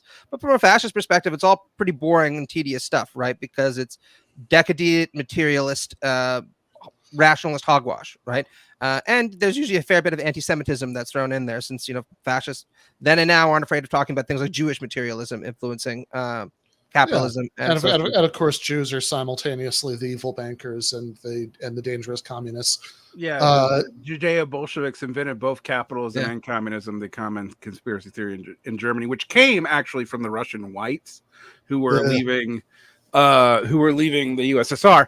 But I do want to I do think one of the interesting things that makes dealing with difficult for like fascist spotters is that he doesn't deal with pro-Jewish sentiments like at all. Like it doesn't really come up much. I've read a lot of Dugin. Like I've read at least 5 books, and like I don't see a whole lot of discussion of Israel. If anything, he takes a position kind of like Ghulam Fay as like, well, Israel's great as long as they have their own civilization away from us. The other thing that you would point out, I was going to mention this, and I think it might be relevant, Matt, about his love of Heidegger. He's specifically a defender of the period of Heidegger liberals don't talk about, right? Which he mentions it. He keeps on saying like, well, the best period of Heidegger is from like 1937 to 1942. And I'm like, I wonder why we don't talk about that period of Heidegger at all. What was Heidegger doing at that point? Because he was an explicit Nazi at the time. Yeah, I know. And I mean, Dugin is very fond of a quote Heidegger had when he referred to the United States, where Heidegger referred to the U.S. As the chief proponent of planetary idiocy. And you better believe if you read Dugin's book about Heidegger, he will quote that again and again and again, just tirelessly punishing you with it. I mean, I also think it is relevant that a lot of contemporary fascism or semi-fascism or post-fascism, isn't actually terribly explicitly anti-Semitic. And actually, I think this also connects up to, Varn made the point earlier about Dugin not like enthusing about like street fighting or anything as a sort of mark against the fascism, which it certainly is. But on the other hand, he's also, as was mentioned earlier in the discussion, an explicit supporter of stuff like the Golden Dawn, which certainly includes plenty of street thuggery. So I think that there's at least a lot of people who, whether or not you think they're exactly still fascist or not, definitely come out of a fascist tradition, like unambiguously so. And, and still have a lot of continuity with that. I think a lot of the things they say on a lot of these topics are very similar to Dugin, but we should watch some Tucker. Jake, do we have the video? You almost said that with enthusiasm, Ben. It's like, Tucker on. Some Tucker. Yeah. I want some Tucker. We haven't got enough Tucker here. Yeah. Not nearly enough Tucker in all of this. While we're looking for that, we have it. I'm just glitching out for a second, so we'll have it within a minute. Okay, so I was just gonna say, while we're looking, what I was gonna bring up about Heidegger is. In your Commonweal article, Matt, you quoted this passage from Dugin's book on Heidegger, where he echoes the Heideggerian sentiment: the masses are insignificant swarms. I said, so the quote is there: other mountain peaks are clearly visible, whereas the insignificant swarms in dark valleys below are indiscernible in the present. Much like long ago, a true thinker knows as little about the details of society in which he lives as he does about those ancient times long gone. Yet the voice of being is audible to him, and it emanates from the ancients clearer and louder than the itching on the part of the senseless masses, both ancient and modern. And I think you go on later to comment that it's easier perhaps to work up all that enthusiasm about sending off conscripts to die in the Donbass, if you're not like that concerned with individual human beings, and you prefer to stay up on the mountain peak. But they're dying for a glorious cause that he's decided upon, and they should be honored for that. Yeah, honored by that. Sorry. This is an interesting thing about Dugin's thought. Before we get in there, I just want to point this out. He actually talks about we should allow something like human rights for abstract ideas and not for people. This is actually both in the first and second chapters of First Political Theory, like that there's this idea that tradition has a human right as a living thing, of which people are only a part, which is corporatism in both the medieval and the early fascist sense, that you are as but a manifestation of the individual society, civilization, and state, and as such also the classes have to get along as the various organs of the state, etc., etc., etc. And this is what made fascist ideology somewhat copacetic to anti-liberal conservatives in Italy, who had this like corporatist feudal notion. And Dugin's kind of, playing that up in a way that like you can have your feudalism and not have it at the same time, because obviously the Russian Federation is not actually a feudal society. So it's a very interesting.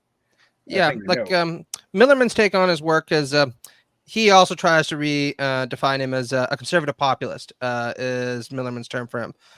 But, even Michael can't whitewash a turd that much. So he says, look, Russia has its own unique view of democracy. Dugin has his own unique view of democracy. But it's not one where the people will actually get to rule. It's one where the special ones or the single ones will rule in the people's name and choose their authentic destiny for them. And the people will then play out that authentic destiny, but it's still democracy because they all participate in it, right? AKA Bonapartism. Again, and so this is this. I just keep on thinking about some like shady guy and like on the street who's trying to sell you something you probably stole, and it's like, it's a little defective. It's like it's better than democracy. Same thing. Yeah, exactly right. And as we've all been saying, when it comes to the concreteness of Dugin's views, if you want to buy into somebody who's like, just give me a lot of power and I'm going to select a grand destiny for you, and then that winds up with him sending you to die in the Donbass, so that Putin can create a few little governorates on his western border and call that victory. If that appeals to you, then I think that you need to rethink your priorities in life. Yeah, certainly has nothing. Certainly, if that appeals to you in the name of anti-imperialism, something somewhere has gone very wrong. But yeah, Jake, let's start this up. Aleksandr Dugin is a 62-year-old Russian academic philosopher. He spent his life in Moscow. He was an anti-Soviet dissident as a young man. And now he is famous the world over, in the English language press anyway, as, quote, Putin's brain. But he is not a political figure here in Russia. He is, once again, a philosopher. And his ideas are deeply offensive to some people. In August of 2022, his only daughter was murdered in Moscow when a car bomb killed her. U.S. intelligence says she was murdered by the Ukrainian government, and we take that at face value. But what's interesting is that, once again, Aleksandr Dugin is not a military leader. He's not a close daily advisor to Vladimir Putin. He is a writer who writes about big ideas. And for this, his books have been banned by the Biden administration in the United States. You cannot buy them on Amazon. Banning books in the United States because the ideas inside are too dangerous. I have He's often described. Just saying, like, as a ban book, as a book ban goes, it's a pretty shitty book ban if I can have them. I do notice that, like, Arctos Press is a lot harder to buy on Amazon than it used to be, but you can still get it, like, if you want to. Oh yeah, I think I downloaded it within about like 5 minutes when I looked at it. There were PDFs all over the place. I also think, like, look, I'm, don't get me wrong, I'm definitely we should take corporate censorship more seriously guy, but there's also some slippage there from the Biden administration banned it, to Amazon, removed it, right? I mean, this is like the first formulation makes it sound like, there was like a law that, you're not allowed to read Dugin. Oh, I also want to point out before we begin this that Tucker isn't the only one to try to brown nose with Dugin. Actually, one of the most obnoxious things I saw when the Russo-Ukraine war began was Jordan Peterson, our good friend of the channel, actually released a long video saying, of course, how Ukrainians probably couldn't win because the Russians felt that they were right because they were waging this war not just against the Ukrainians, but against woke. And he actually singled out Dugin, being like, say whatever you will about what's going on in Russia. They have a real philosopher there, a thinker, you know what I mean? Somebody who's got some dangerous ideas. So he does seem to be making inroads with some people at the upper echelons of the American or the Western right, if you want to call it that. Because they're just willing to buy about anything that he's willing to sell. Just looking at things right now, I just went to Arctos Press, which ships to America for free. Also, it's very interesting that right now, instead of pushing the rest of the European New Right, if you just go to Arctos Press, every single one of Dugin's book comes up first. The Great Awakening versus the Great Reset, the Eurasian Mission, a new version of Fourth Political Theory with a new cover, Ethnos and Societies, Templars of the Proletariat, Putin versus Putin, which is an interesting book in and of itself. This is like Putin's. This is Dugin's auto-critique of Putin and push that he's not just a shill for the regime. Ethnosociology, the foundations. I don't know how you can go into ethnosociology and not think that doesn't sound sketchy. The rise of the fourth political theory, political Platonism, the last war, the world island, and talking to the wolf. And then finally you get to archaeofuturism by the late Guglielmo Fay. And then you get the philosophy of Italian fascism, esoteric Trumpism, Eratosophy. What else? I mean, Eratosophy. Yeah. Fuck is that? And then you get fascism viewed from the right and Nazism viewed from the right by Evola, which just tells you where they're going. And then you get into like traditional, normal alt-right stuff like Towards Awakening by Redall, or For a European Awakening, or The Blackening of Europe by Claire Ellis, etc., etc. But when you first come to the website now for Arctos, it's all Dugin all the time. And that's new. That's not like it used to be all Guillaume Fay and de Benoit and the people from Greca. For those of you who don't know, that's that French like European New Right collective. So yeah, and the idea that you can't get this in America is just false. Like I can, like I said, I can order all this stuff right now. Yeah, if the Biden administration told Amazon to remove it, that's bad. They shouldn't be telling Amazon to remove books. But I would say citation needed on that, and also that I think the language of banning is at the least an exaggeration. But yeah, let's go back to this. Press as far right. We'll let you assess, but we wanted to talk to him about some of his ideas, these ideas that are so dangerous that his only daughter was murdered over them, and his book's been banned in the United States. And so we're happy to have him join us now. Mr. Dugin, thank you very much. Thank you. Thank you for inviting me, and welcome to Moscow. Of course, thank you. So we were talking off camera. Actually, we were having a conversation that we were not going to film, just interested to meet you. But what you said was so interesting that we got a couple of cameras and put this together. And my question to you is, what do you think is happening in the English language countries? And I said, all of them, United States, Canada, Great Britain, New Zealand, Australia, all at once decided to seemed to turn against themselves. You know, this great turmoil, and some of the behaviors seem very self-destructive. And where do you think, as an observer, that comes from? So I could just suggest, express my reading of that. It demands a little patience. So I think that everything started with individualism. So individualism, that was a wrong understanding of the human nature, of the nature of man. When you identify individualism with the man, with the human nature, you cut all the relations to everything else. So you have very special idea of the subject, philosophical subject, as individual. And everything started in the Anglo-Saxon world with Protestant reform and with nominalism. Before that, nominalist attitude that there are no ideas, only things, only individual things.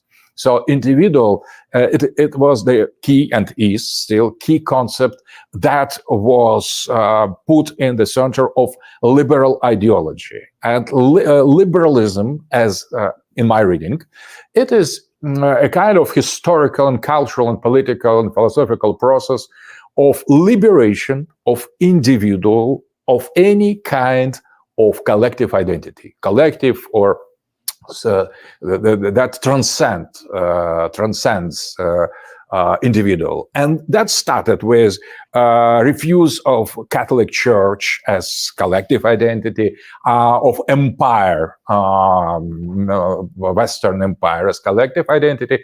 After that, it was a revolt against a national state as collective identity in favor of purely civil society. After that, there was a big fight of the 20th century between liberalism, communism, and fascism, and liberalism has won once more. Yes. So, and after the fall of the Soviet Union, there was only liberalism, and Francis Fukuyama has pointed out correctly that there are no more any ideologies except of liberalism, and liberalism that was liberation of this individual from any kind of collective identity. There were only two collective identities to liberate from: gender identity, because it is collective identity. You are man or woman collectively, so you could not be alone. So liberation from gender, and that has led to transgenders, to LGBT, and new form of sexual individualism. So sex is something optional. And that was not just deviation of liberalism. That was necessarily elements of implementation and the victory of this liberal ideology. And the last step that is not yet totally made is liberation from human identity, humanity optional. And when now we are choosing, or you in the West, you are choosing the sex you want, as you want. And the last step in this process of liberalism, implementation of liberalism, will mean precisely the human optional. So you can choose your individual identity to be human, not to be human. And that has a name: transhumanism, posthumanism, singularity, artificial intelligence, Klaus Schwab, Kurzweil, or Harari. They openly declare that is inevitable future of humanity. So we arrive to the historical terminal station that we finally, 5 centuries ago, we have embarked in this train, and now we're arriving at the last station. So that is my reading. And when all the elements, all the phases of that, you cut the tradition with the past. So you are no more Protestant, you are secular, atheist, materialist. You are no more nation state that served to liberate from empire. And now national state becomes at its turn obstacle. You are liberating from national state. Finally, family is destroyed in favor of this individualism. And the last things, the sex that is already almost overcome, sex optional, and in gender politics, there is only one step to arrive to the end of this process of liberation, of liberalism. That is the abandoned human identity as something prescribed. So to be free from to be human, to have the possibility to choose to be or not to be human. And that is the agenda, political, ideological agenda of the tomorrow. That is why how I see Anglo-Saxon world that you have asked of. I think that is just the vanguard of that process, because that started with Anglo-Saxons empirism, nominalism, Protestantism, and now you are ahead as Anglo-Saxon, more devoted to liberalism than any other European. So I mean, what you're describing is clearly happening. Let's pause this. I mean, just not even the ounce of self-reflection there. It's just clearly that's what's happening, right? Obviously. Well, and it's interesting because I think if you start off with the idea that and by the way, let's talk about where Dugin's getting this. He's actually just saying Francis Fukuyama was right about the nature of liberalism. It's just that he's wrong, that it's going to win, that it appears, and then he traces it back to nominalism. His way he actually defines nominalism is wrong. Frankly, nominalism was the idea that names do not actually represent a relationship to the divine. It was not particularly anti-Catholic. It was the idea that the divine was unexpressible, and anything that we call objects has no relationship to that. So you do have to recontextualize this in a medieval scholastic context, and it has nothing to do with this idea that it's just, there's just the object and it's not connected to anything. Well, no. Yeah, this is actually the way he described nominalism sounded more like how that word is used in the context of talking about analytic metaphysics, where it's nominalism, as opposed to Platonism about abstract objects. You think that there's no that properties don't exist in some separate way, that there's just they're just sets of concrete objects, right? That is a way I recognize of using the word nominalism, but even if it has nothing to do with his where he's trying to put it in the timeline. This is, I should say, very common on the political right, though. Not just, I should say, in Russia, but ubiquitously, right? I mean, if you want, you can go back to people like Eric Voegelin, for example, who developed a relatively similar critique, arguing that Gnosticism, right, was at the basis of Western decay, precisely because we lost our connection to a kind of Platonic essentialism. Or Peter Lawler, right? Peter Lawler in the United States was a self-described postmodern conservative. You can read his book on postmodern conservatism, and his argument is that modernity is characterized by the ascent of nominalism. This idea that there is no essence to anything; everything is just matter in motion that can be endlessly manipulated, to produce things that are in human interest, but not necessarily good for humans. But I think that what's interesting about this interview is, as one of our commentators pointed out, just how Dugin really is playing all the hits here, right? Just rolling pretty much everything together to, impress one of the dumbest human beings on the planet, apparently. Or maybe it's true that Jon Stewart is right. And, Carlson isn't quite as dumb as his face would have us believe, right? And he's just doing what he needs to do in order to rope in a new job, getting money from the Putin administration. But, you see libertarianism, choice, nominalism, materialism, atheism, all these kinds of buzzwords that are very common on the intellectual right and that give off the impression of intellectually serious thought, even when I'd argue there's not really all that much intellectually serious thought. But if we were to try to kind of reconstruct his mode of thinking, I think there's a pretty clear through line that appears, which is that Dugin is hostile to the idea that people will get to choose what kind of lives they're going to live, because Dugin thinks that people who are the single ones, like himself, or the singular ones, should get to choose for people how they should live, right? And one of the reasons why he's hostile to materialism is, and this goes way back on the political right, is that materialism has a kind of egalitarian quality to that, and it's in that it suggests that we are just animals, right? With certain kinds of biological functions, and ultimately, right, each person's pleasure matters as much as anyone else's. And it's very difficult when you're confronted with such a materialist universe to try to suggest that there are kind of higher order goods that a philosopher has special interest or special access to that other people don't, that everyone else should pursue. And this is one of the reasons why right-wing intellectuals have always drawn this kind of conflation between liberalism and Marxism and materialism, because they suggest that at the core of the kind of nihilistic decline that we see emerging in the world is precisely this insistence that we're just matter and motion, and that each human animal's interests are as important as anyone else's, because they want people to be committed to what they take to be these more grand projects that are elevating in a certain kind of way. But, there's a clearly elitist dimension to this, because, of course, only certain kinds of people will have the proper sense of what these grand projects are going to be, which means that you can't align yourself with a political project like democracy that will allow ordinary people too much choice in who their leaders are going to be, or too much choice in how their life is going to go, because then they're probably not going to elect to participate in your grand projects, which is why you can't allow them that kind of power. Yeah, I mean, all the stuff about materialism is like pretty standard issue right-wing thought.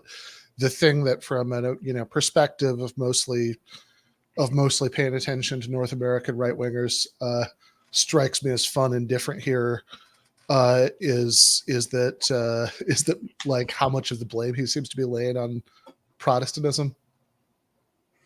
Yeah, absolutely. Oh yeah, I mean, go ahead.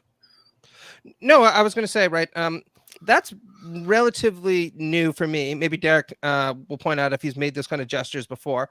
I mean, I've seen references to the corrosive effect of Protestantism in his work before, but this kind of quasi gesture or olive branch to Catholicism and suggesting that the decline of Catholicism in the Western world was a bad thing, that's something I haven't seen before. Well, this is an interesting thing. It's not just the decline of Catholicism, it's the westernization of Catholicism, which leads to Protestantism, which he sees as manifested in the Anglo-American world. But if you're used to Orthodox Christian apologetics, it's actually, this is not a new claim. I've seen this stuff about nominalism being the beginning, because there is a theological Platonism in Orthodox Christianity, because it's tied to the Greek East, that is not there in like Western scholastic stuff. So he's the decline of Protestantism, I mean the decline of Catholicism for him, it might not go back to the Great Schism, but it definitely goes back to at least Aquinas, and then also medieval nominalist and substantivist debates, which they didn't have in the Greek church. Those never happened there, and thus they didn't happen in the Russian church either, because they were tied into the Roman church, the Byzantine church. So this is not just a polemic against Protestants; it's a polemic against Western Christianity. One thing a right-wingish friend of mine pointed out is as you go through Dugin in time, the move from a racial subject, which is what you see in very early Dugin before his books come up, before even the Foundations of Geopolitics, like when he was out hanging out with Lemanoff in his coffee house fascist days, to a religious notion of nation, is very much a progression over the past 20 years. So like he picks up more stuff that you hear from, like, if you've been around Rokor, which is the more are the descendant of Rokor, which is the more the Russian Orthodox Church in America that's actually like kind of not in communion anymore with the rest of the Orthodox communions because of partly because of stuff over Ukraine. But also because Rokor was like in rebellion against the Orthodox Church in Russia during the Soviet Union, and so that's where like a lot of the anti-communists head out. These talking points were developed there, actually, in the Russian diaspora community in America, kind of first before you hear them in Dugin. So again, Matt, you're right. You just have this barrage of different reactionary talking points.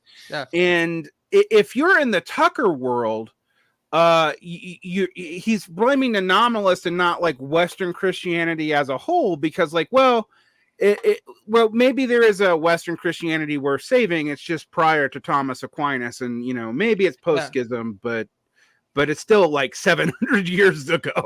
Well, so this is what I want to say, right? A lot of people get hung up on this fascination with nominalism. And as Derek pointed out, their discussion of these debates, unless you're Vogelin, who actually was pretty sophisticated on this, tends to be pretty crude. But at the core of their rejection of so-called nominalism is this attraction to an idea of essentialism, right? This idea in a kind of crude Aristotelian or crude Platonic fashion that everything has its place in the cosmic order, and as long as everything stays in its place, things will go well and they won't decay. And the problem with liberalism or materialism or communism is precisely by suggesting that there isn't an essence to everything, is that it denies this idea that everything has its place within society or within the cosmic hierarchy or within the world hierarchy. And it's up for individuals to choose who they want to be. And individuals should be equally free to choose where they want to be or what they want to do. And that's something that pretty much everybody on the right has always been highly allergic to.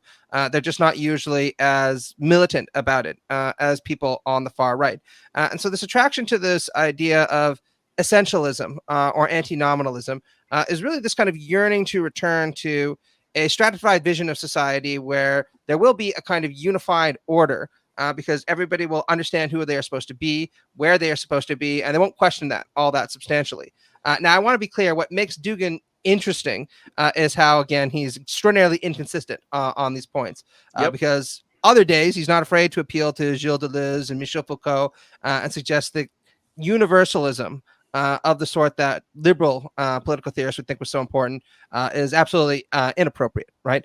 Instead, we need to accept that each country or each narod or people has its own unique destiny, its own unique identity, and it's imperialist to suggest that there's a kind of moral project or shared identity that one could impose or expect of them.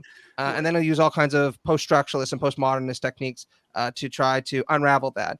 Or, of course, we could even point to Heidegger, right, who himself was an anti-essentialist in many respects and anti-Aristotelian. And so this just goes to show you again how Dugin is not really all that concerned with the intellectual consistency of his project, so much as he's concerned with hitting the right buttons for people on the right, partly depending on who his audience is, to get them riled up to buy in to what is ultimately his political aspiration, which is to restore this Russian empire and to crush liberalism, which is the one constant through line in all of his work. Liberalism is bad, America bad, Russia good. At least Russia understood the right way, and we'll say whatever we need to do, we need to say in order to get rid of them. Yeah, I remember a couple times ago when Zizek was on, he made the same point that like Dugin will sort of do the cheesy postmodern relativism sometimes, right? Oh, we have our own we have our own Russian truth, and that's totally different from your Western values, and everybody just gets to do their own thing. But like it's like, yeah, sometimes, and then sometimes it's that these are like satanic perverts who want to make everybody trans and then want to force everybody to upload to a computer. Yeah, exactly. Right. I mean, America doesn't get to have its own special truth because America is the land of planetary idiocy and nihilism, right? And its influence needs to be abetted. Whereas Russia is, a more spiritual country and less decadent, so it has a major role to play in world affairs. And again, there's an enormous amount of intellectual inconsistency in his work, but I don't think that pointing that out has ever really hurt the guy all that much, because I don't think that what he's selling is really intellectual consistency for its own sake. Nope. What he's selling is a project that is meant to, as Derek pointed out, I think very effectively, rope in a lot of different people, including some on the left, if he can convince them, and convince them that their goals can be achieved if the United States and liberalism are destroyed. And he'll say what he needs to in order to get people to buy in on that, depending upon who he's talking to or what audience he thinks he's pitching to. If he's writing the fourth political theory, then all of a sudden he'll start then talking about post-structuralism and all the good things about that. Apparently now, if he's talking to somebody like Tucker Carlson, who's an American conservative, they'll start aping the language of Christianity and Catholicism of a certain sort in order to try to make the case that there's something anti-Christian about this.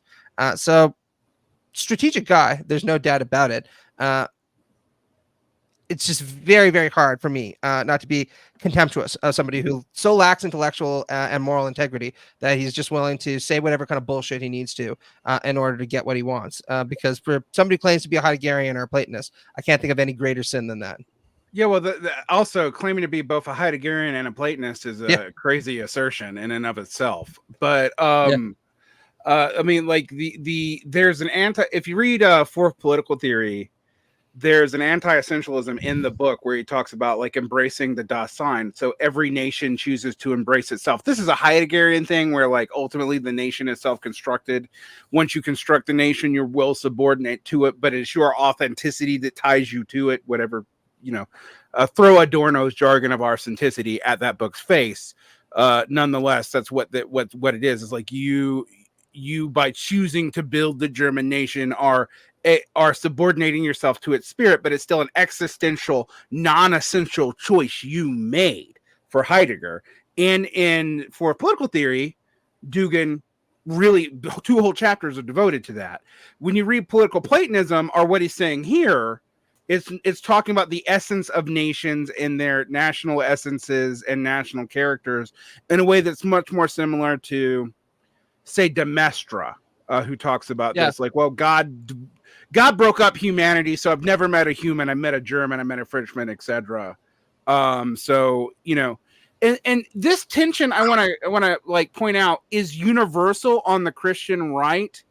One of the things that makes Dugin kind of interesting is he loves Alain de Benoit. Alain de Benoit rejects Christianity as a universalizing project. That's explicit. He wrote the book on paganism for that reason. Whereas for Dugin, Christianity is fundamentally part of his project because it's part of what makes Russia superior. So how do you reconcile that? Now, he claims not to have like a universalizing Christian mission because he's totally okay with Islamism, which you just come to believe is like, this man is either he's convinced himself of truths that are fundamentally at odds with each other and is deliberately not looking at them because it would cause his ideology to fall apart, or you can't believe a word he says. Like, this has always been my view of far-right intellectuals, and I've actually seen some people expressly say this, right? For every intellectual contradicts himself at some point, right? Especially if you write enough. I'm sure if I were to scour Ben's books, I'd find contradictions in them. I'm sure if I were to scour one of my books, there'd probably be some points where I say contradictory things.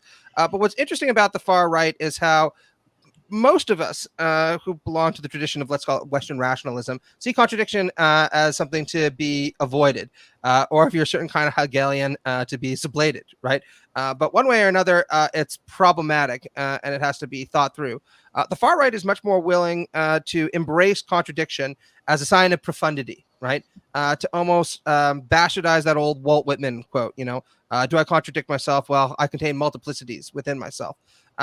And the problem with that, of course, is their contradictions aren't expressive of some deep profundity on their part or a real insight into the way the world works that the rest of us don't have.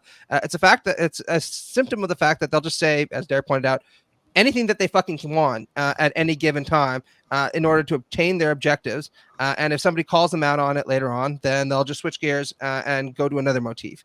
And Dugin is very skilled at that. Well, I will say he's not going to get called out on anything right now because he just, if there are two things that are beloved to North American conservatives, it's Protestantism and Great Britain. And Dugin just blamed both of them for the coming trans singularity. And Tucker just, oh, wow. So, I wonder about he's that, right about everything. I wonder about that, though, because, Ben, because we've seen this shift in the Protestant world and someone like Ron Dreyer from Protestant to Catholic, from Catholic to Eastern Orthodox, from Eastern Orthodox to fucking wreck. That we see in a lot of these people. I mean, evangelical Christianity is notably on the decline, which is why Christian nationalism is so virulent right now. It's not because it's ascendant, it's because it's descendant and in a defensive posture. When Christian nationalism is ascendant, like in the 70s and 80s, it doesn't call itself that. Right. And so it just calls itself good on Americanism. So I guess there is sort of like a desperate pleading on the right now for something. And I guess asking people to convert to Eastern Orthodoxy, which a lot of like alt-right people actually did in the aughts, even though they got deemed, just to defend Orthodox Christians a little bit, they got deemed as being heretics because racism is a heresy in the Orthodox Church, ironically. So a lot of them got excommunicated. But nonetheless, this idea also of like national churches is kind of a way out of the whole like Christian universal mission of the Catholic Church. But Dugin can't say that to Tucker, because if you alienate the Catholics too, you got nothing. Like, yeah, especially on the American right today. I think that's I think it's a good point about Christian nationalism. I mean, this is like, you think about the difference between like, I don't know, like the 80s and 90s when, Pat Robertson could make like quasi plausible runs for president, or like come in second in Iowa or whatever. And now, I mean, it's like, it does kind of mirror the way that like leftists are much more willing to like gravitate towards the silliest shit that they could say, like when they feel the most exiled from real power. We would never do that. That was dark, man. But yeah, I mean, just to kind of like speak a little bit to his popularity here, I think there are a few different reasons why Dugin is appealing to the American or the Anglo right at this moment, right? I think part of the reason is that conservative revolutionary thinkers, quite disturbingly, and fascist thinkers are enjoying a renaissance on the American right today. That's true if you look at Heidegger, it's true if you look at Schmidt, it's true if you look at Spengler, it's true if you look at, I even saw people, saying nice things about Storm Steel the other day, right? And I was like, oh, great. So we're back here again. And Dugin hits a lot of part of Ernst Jünger, not even the good stuff. Like, yeah, go ahead. Exactly. And Dugin hits a lot of the same buttons, has a lot of the same inspirations, and is part of, in many ways, the same intellectual tradition, or at least he likes to situate himself as such. So he's enjoying a moment then for that reason. But I think for the average person on the right who isn't going to be flipping through the storm of steel, I think his appeal is a lot more visceral, and it's that the way that Russia is presented by its apologists like Tucker is as a kind of anti-woke conservative utopia where there's a strong man in charge who is not willing to take any kind of bullshit, who pushes back against liberalism when liberalism gets a little bit uppity, and of course this is where my socialism comes in. Russia also has the benefit of being a nation state that is ultimately ruled by plutocrats, and they don't look like they're going anywhere. So there's a lot of things to like about Russia for people on the American right. And it should be no surprise that somebody who has very skillfully marketed himself as Putin's brain, as Dugin has, and like Derrick, I'm not sure if he does actually have an influence on Putin. lean towards the school of thought that sees Putin as mostly using Dugin as a kind of useful voice when he needs him, and shuffles him aside when he doesn't think so. But Dugin has presented himself this way. Russia is very popular on the American right now, so he's also enjoying a moment in the sun for that reason. Yeah, that pisses me off. Yeah, fine. No, I just finished. I mean, that just pisses me off, right? Because I'm like, of all the countries in the world that you'd want to emulate, a autocratic nationalist state with a GDP smaller than Canada's isn't one that I would immediately look to. But I guess the American right just has such shitty taste right now that they'll fucking reach for anything. I mean, I think there's a certain innate conflict there, because if you want to be like, on the one hand, there are, as you say, all these things there to like from a right-wing perspective, but on the other hand, you want to be an American jingoist. So how do you reconcile that? So Tucker, for example, reconciles it by saying that we should in fact de-escalate with Russia, so we can ally with Russia, and we can do what we really need to do, which is crush China. So it's a nice way of mirroring those two impulses. But let's go back to it. But it's not the definition of liberalism I have in mind when I describe myself as what we say in the United States as a classical liberal. So you think of liberalism as individual freedom and choice from slavery, right? So the options as we conceive them as I was growing up were the individual who can follow his conscience, say what he thinks, defend himself against the state, versus the statism, the totalitarianism embodied in the government that you fought against, the Soviet government. And I think most Americans think of it that way. What's the difference? Very interesting question. I think that is the problem is in two definitions of liberalism. There is old liberalism, classical liberalism, yes, and new liberalism. So classical liberalism was in favor of democracy. Democracy understood as the power of majority, of consensus, of individual freedom that should be combined somehow with the freedom of other. And now we have totally the next station already, next phase, new liberalism. Now it is not about the rule of majority, but it is about the rule of minorities. It is not about individual freedom, but it is about wokeism. So you should be really so individualistic that you should criticize not only the state, but individual, the old understanding of individual. So you are invited to liberate yourself from individuality, to go further in that direction. So I have spoken once with Fukuyama, Francis Fukuyama, on TV, and he has said before, democracy has meant the rule of majority, and now it is about the rule of minorities against majority, because majority could choose Hitler or Putin. So we need to be very careful with majority, and majority should be taken under control, and minorities should rule over majority. Majority, it is not democracy, it's already totalitarianism. And now we are not about defense of the individual freedom, but about prescription to be woke, to be modern, to be progressive. It is not your right to be or not to be progressive. It is your duty to be progressive, to follow this agenda. So you are free to be a left liberal. You are no more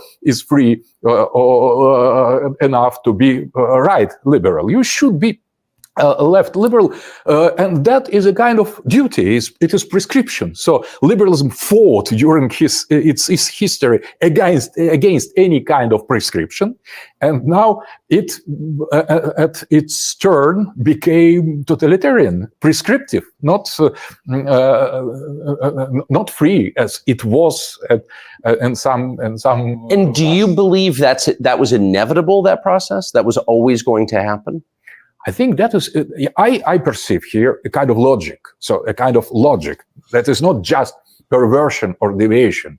You start with one thing you want to liberate individual. When you arrive at the point when it is possible, it is realized. So you need to go further. So, and you start to liberate yourselves from this time from old understanding of individual in favor of more progressive concepts. So you could not stop here. That is my vision. So if you say, "Oh, I prefer old liberalism," they would say, the progressives, they would say, it is not about old liberalism, it is about fascism. You are a defender of traditionalism, conservatism, fascism, so stop here. Either be progressive liberal or you are done, or we will cancel you. That is what we observe. Well, it's certainly what we're living, and to see self-described liberals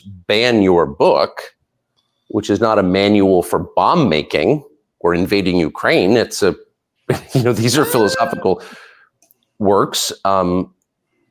Tells you that it's not, of course, it's not liberal in any sense. I wonder, though, when you reach the point when the individual can no longer liberate himself from anything, when he's just not even human, what's the next step after that? That is described in the pictures, American pictures, films, in many ways. So I think that that all the science fictions, almost all of the 19th century, were realized in the reality in the 20s. So there is nothing more realistic than science fiction. And if you consider Matrix or Terminator, you have so many more or less coinciding version of the future with the post-human or human optional situation or artificial intelligence. Hollywood has made many films. I think they portray correctly reality of the close future. So, for example, if we consider the man, the human nature, as a kind of rational animals, so you could now, with our technology, you could produce them. So you could create rational animals or combine them or construct them. And artificial intelligence, strong artificial intelligence, neural network, plus huge database, it is a kind of king of the world, I would say, that could not only manipulate, but create realities, because the realities are just images, just sensations, just feelings. So I think that post-humanist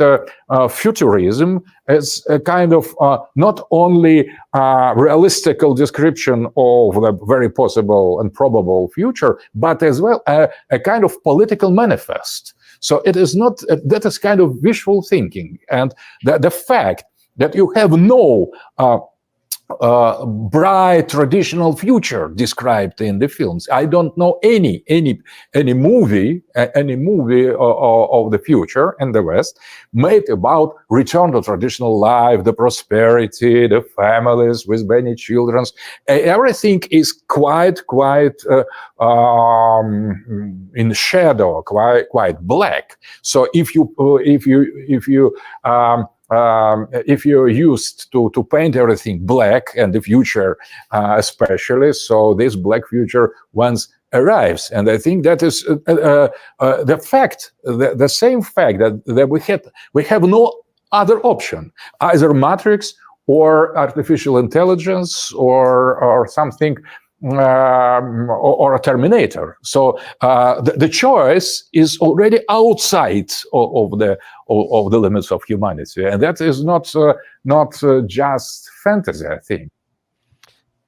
So I want to say two things here. First off is the guy has a shitty understanding of American pop culture, which is kind of offensive to me as something of a librarian of American pop culture. Because first off, I don't think anybody who watches The Matrix or fucking Terminator ends those movies thinking like, yeah, that's the fucking future that I want, right? I really want to be nuked by Skynet, turned into a pile of goo. and then have to side with John Connor and eat rats to wage war against it. And secondly, when he says things like, well, there are no good American movies about a return to tradition. This is my own inner Adornian movie. Adornian comes in. It's like, what the fuck are you talking about? Like every goddamn superhero movie is basically about how we'll destroy the city, we'll wipe out the technological threat by Brainiac or Darkseid, whoever it happens to be, and then we'll go back, we'll have children, and it'll be a bright future. Since we've saved the world, and our reward is to have a nice heterosexual marriage at the end of all that. So that's baffling to me. But I think the more interesting thing that we see here is, again, a very clear example of his willingness to be selective in terms of the kind of arguments that he'll present to different kinds of audiences. Because in most of his books, he has very little good to say about classical liberalism per se, right? He's very emphatic about the fact that classical liberalism leads to progressive liberalism, and they're really one species of the same kind of Western nihilism. But here he seems to be aware of the fact that he's speaking primarily to an American audience, giving them too much too fast and just saying we should reject classical liberalism would probably not be strategically advisable. So he tries to draw this extremely hamstrung, odd. Well, he was kind of doing both, right? Because initially his response, when Tucker had a little flicker or something in the back of his head, he was like, wait a second, I'm supposed to like classical liberalism. Yeah. And he objected. Dugin's initial response was very conciliatory. It's like, oh, well, there's classical liberalism. That's one thing. I'm talking about the bad liberalism. But then as he kept talking. Oh, yeah, he starts to convince himself again. Yeah. Like he folded it back into the previous narrative. He was, because his the first 30 seconds after he starts answering Tucker's question, he's doing sort of much more conventional right-wing moves. Classical liberalism is good. It's, left liberalism is bad. But then within a minute or two, he's back to just being classical liberalism wasn't as bad, but it was a stage in a progression that's inevitably going to lead to the trans matrix apocalypse. And I also just want to point out, his understanding of classical liberalism is really, really shitty. And I find it hard to believe that he's just so stupid that he's not aware of this and that there's not some intention behind it. Because anybody who reads any author in the classical liberal tradition or looks at early classical liberal Republican states would not say that they were defined by a commitment to majoritarianism per se. If anything, I'm pretty sure that James Madison, George Washington, Alexis de Tocqueville all had some pretty wary things to say about the dangers of tyranny of the majority, and actually suggested very, very consciously that we militate against this. And it seems to me that what he's doing here is essentially trying to recode classical liberalism in the language that's now more appealing to conservative populists, suggesting, well, if we return to this older version of liberalism, there's something that's okay about that because it has this kind of populist majoritarian flavor where minorities weren't tolerated, where conservative majorities actually got their way. That's obviously completely bogus historically, right? Conservative majorities often got their way in classical liberal states, but that's precisely because majorities weren't allowed to rule in many of those circumstances, right? Right. The Madisonian protection of minorities was always the protection of the minority of the market, and that's explicit. The left liberal repurposing of Madisonian protection of the minority was always fundamentally dishonest and kind of stupid. Oh yeah. James Madison, Federalist 10, is really expressed about that. It's one of my favorite pieces by him because he almost sounds like a Marxist, where he says, look, there are a lot of different reasons why you're going to see conflict in society, but by and large, most of the reasons why there'll be conflict in society will be disparities between property. The chief role of government is to mediate between the conflicts that emerge because of differences in property and to manage them in the interest of the ruling class, which is precisely why minorities need protection against majorities, because the rich, those who have an aptitude for acquiring property, are always going to be an embattled minority. Yeah, it's like he sees the argument of the Second International coming 150 years before it does. But I also want to pick up on this faux populism, faux democratic posit here, because there is a fundamentally anti-democratic orientation in Dugin. And it's also It's in Guillaume Fay. It's in Alain de Benoit. Like, you see these across the board. I mean, like, the books that he often recites is like The Problem with Democracy by Alain de Benoit. Like, if anything, this is what leads me to believe that you're right, that this has got to be cynical. Because the other thing that he's missing and leaving out of this classical liberalism, well, who are the other classical liberals? Like, who are the losing side of the classical liberal tradition? Yeah, we mentioned the winning minoritarian Republicans of like the American and later French schools, right? The Tocqueville, the recapitulated aristocrats, the people who supported Bonaparte, etc. But he's also like ignoring that the other school of classical liberalism is French absolutism, right? Like, it's the philosophes, it's Diderot, it's those guys. Yeah. And they literally thought you had to support a monarch to, not because they were against democracy, but they had this argument that the people weren't ready for democracy, so you need a majoritarian rule in the enlightened monarch. That faction of classical liberalism lost, but he's like totally bracketing it out of the equation. And the other thing that he's bracketing out is that the original defense from libertarians on classical liberalism wasn't that they were secretly populist Democrats, it's that they were pro-market reforms, right? Like that's why the libertarians like this. But he's revalorizing that language in support of populism, which is, Matt, I mean, we both agree that's just fundamentally dishonest. Like, there's neither end of, like, there were radical democratic ideas in the Enlightenment represented in classical liberalism, but neither of the dominant strains of European classical liberalism were particularly majoritarian. Like, go ahead. No, absolutely right, and that's what makes this so offensive, right? Because again, it's a demonstration of his willingness to be both syncretic and strategic in terms of the audiences that he is willing to talk to and the kind of things that he's willing to spoon feed them.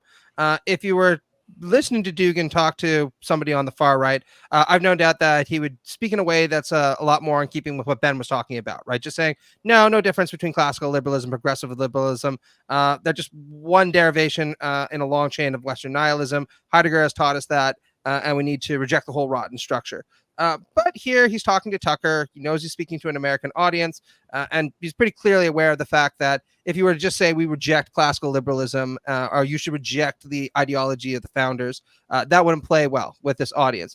So he develops this very hokey, very historically misguided interpretation of classical liberalism that tries to basically hammer it into the language of contemporary right-wing populism and suggest that there's been some decline from a bizarre majoritarian classical liberalism that never was. And that's one of the reasons why there are problems in the Western world right now. And then, like Ben said, it's almost like he seems to catch himself at the end there a little bit, or maybe wants to insinuate the idea that they should go a little bit further. And he says, but, let's not be too nostalgic for this artificial classical liberalism that I've created. It has its problems also, and then just seems to leave it at that. Yeah. I also, on a just to lower the level of the discussion, I've been thinking since we watched that about how almost all of the science fiction of the 19th century came true. So like War of the Worlds, The Time Machine. I don't know. I'm actually pretty confused by that claim, but seems like most of it has not. But I do want to push through. We're way over time, but I do want to push through just this last little chunk. Okay, that is a kind of political project, and it is easily imagined because we have seen the films. They follow more or less close to this progressive, I would say, agenda. So I've asked you no questions about Russia or Russian politics, and I'm not going to, because I think it's so interesting to see your perspective on countries that you don't live in, because we do gain insight, I think, from the view of outsiders.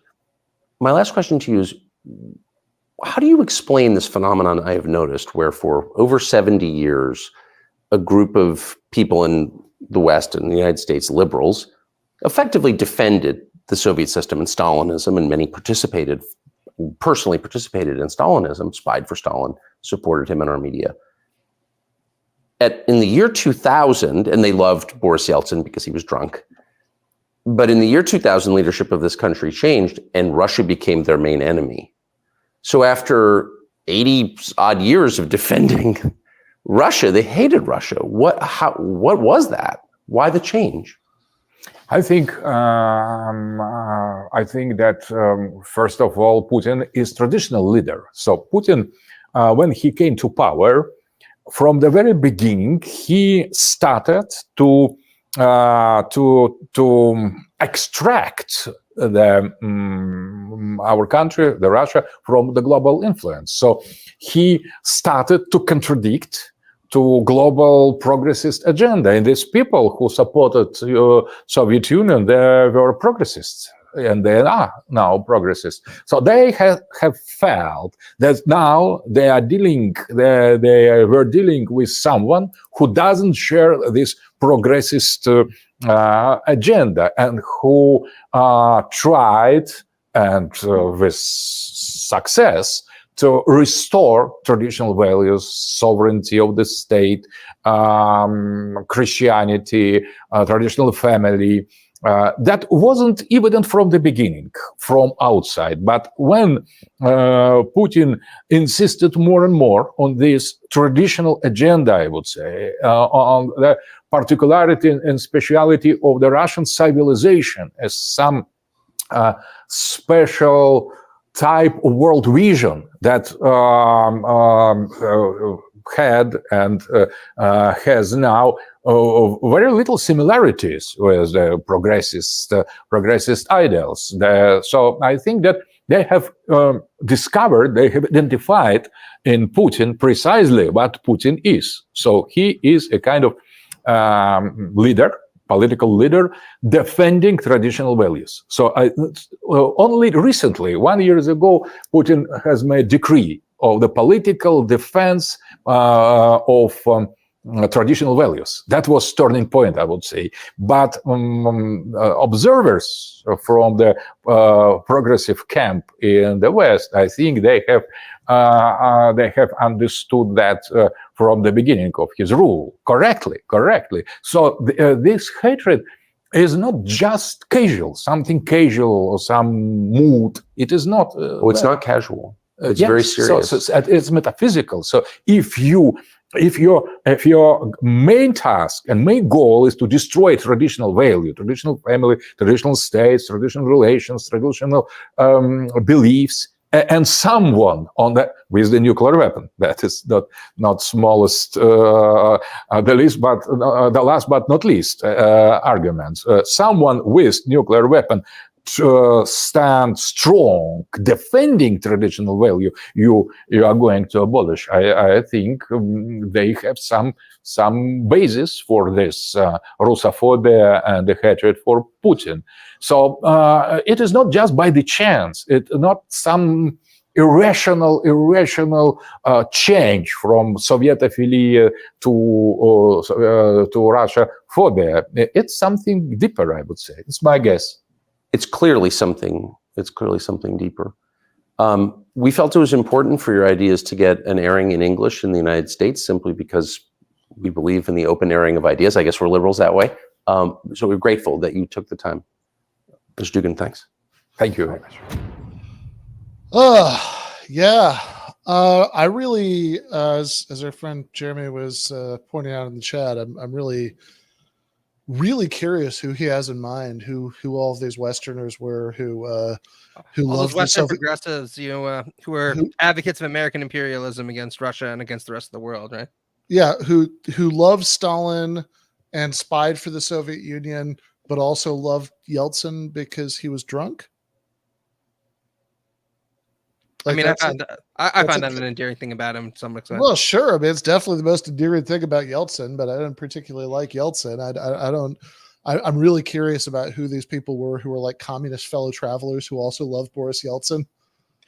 Yeah, absolutely. And I just think it's very bizarre how he complains American progressivism and American liberalism here, because if there's one thing I would say about American liberals over the course of the 20th century is that they weren't particularly fond of the Soviet Union, and they certainly weren't particularly apologetic about it.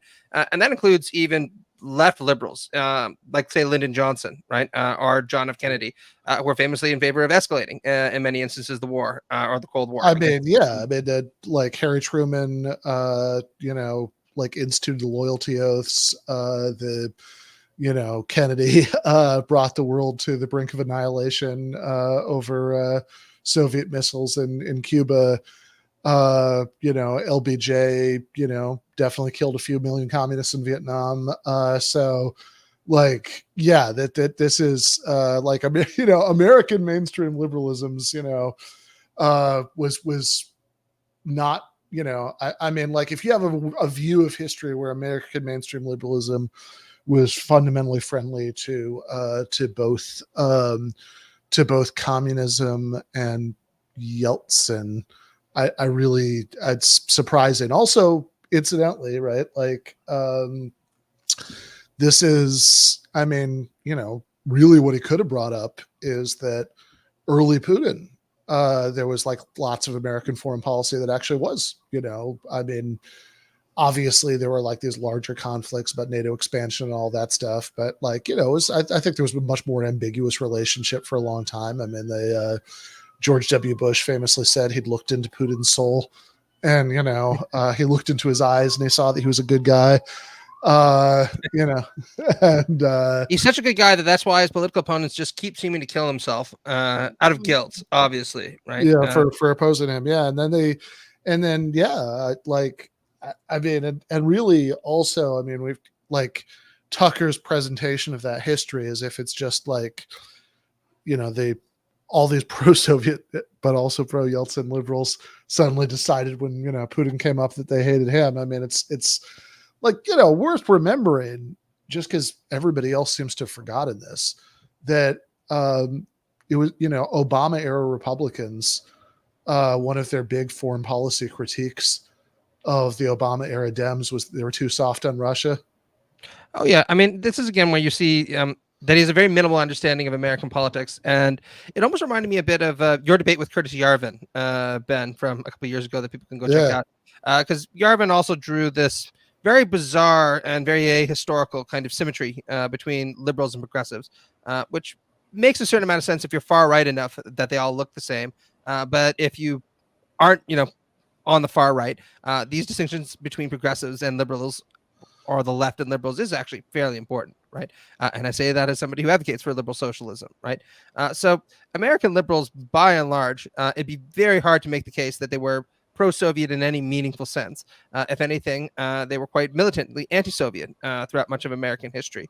And you could also make a case that this continued into the 20th century as liberals had a kind of ambivalent attitude about whether to embrace Russia as a potential new partner in the global imperial order that they were trying to establish, or whether or not it was a potential competitor, even post-Soviet fall, that needed to be constrained in certain kind of meaningful ways. But one of the consistent things that you can see on the part of American progressives is that they were generally speaking, we've been pretty anti-imperialist from the very beginning, right? Now, that doesn't mean that a lot of progressives I know are pro-Russia in the sense that they have a lot of fondness for Putin's regime.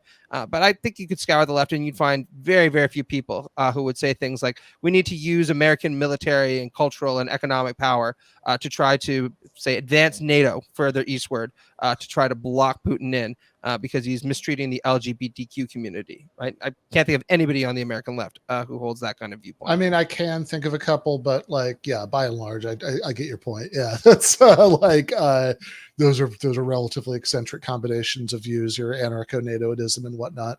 Yeah.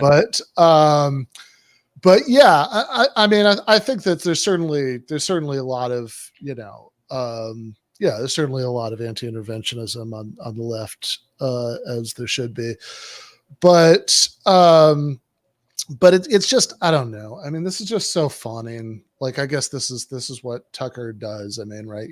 He only talks to people he wants to do this with, but it's all just like, oh, why are you so misunderstood? Why do people hate you? right? Like this is just as an interview style. I think you've got whatever else you want to say about this is it's like particularly unimpressive as a style of that, right? You're gonna start off by telling us what an amazing thinker he is. It's like, let him show off a little bit, give him some challenges to overcome. Yeah, absolutely. And I don't know. Tucker is a pretty fawning sycophant when he wants to be. And it's very, very tempting to assume that he's just dumb. I'm partial to the theory that he's not. And I say this because I read a collection of his essays back in the day that I reviewed for Arc Digital. And you can really see a transition in his work. In the 1990s, he didn't want to be a serious journalist. He wrote, critical articles about people like George W. Bush. He actually went on a plane trip with Cornel West and interviewed him and had some nice things to say about certain aspects of what West was talking about.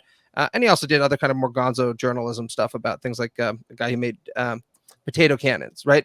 And circa like the mid 2000s, he actually tried very hard to be taken seriously as kind of intellectual conservative, started a variety of outlets that were intended to be in that vein, and they all completely flopped. And he seems to have decided that there's no point or no interest in serious conservative intellectualism any longer. It's much better to just kind of repeat the party line and appeal to what are the base instincts of conservative demagogues happens to be.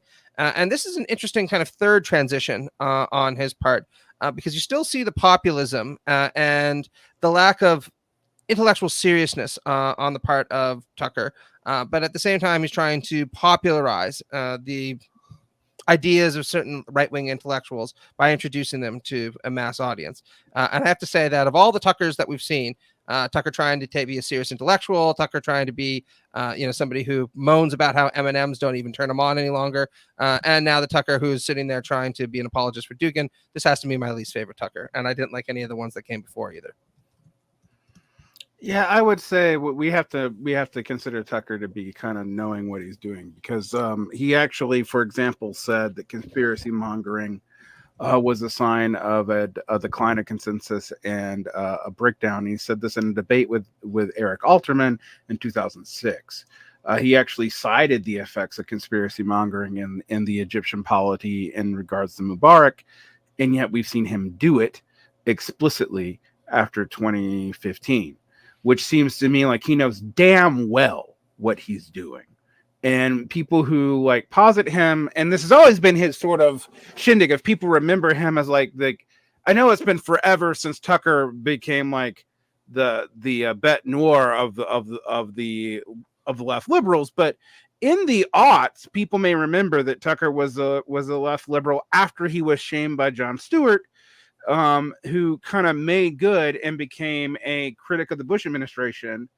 And so he was often cited by people who's like, well, look, there's some people on the conservative right who would agree with us against neoconservative policies. And he seems to have doubled down on that, but in the most anti-intellectual fashion that he could. And he knows what he's doing. I mean, I think that in the case of these two men, we have enough evidence that they know damn well what they're doing. Like, so anyway. Yeah, that seems plausible to me. I mean, the memory of Tucker in his Crossfire persona, where he was the sort of ultimate, instance of like what the Chapo guys called a bow tie dipshit conservative. And he was just defending the Bush administration straight down the line. The memory of that is vivid enough for me that without even knowing about his period in the middle where he was like a Cato Institute fellow and, was supposed to be a big libertarian, that taking off the bow tie and sort of learning some populist language, is not that, compelling to me. I think he's very aware of these like image recreations and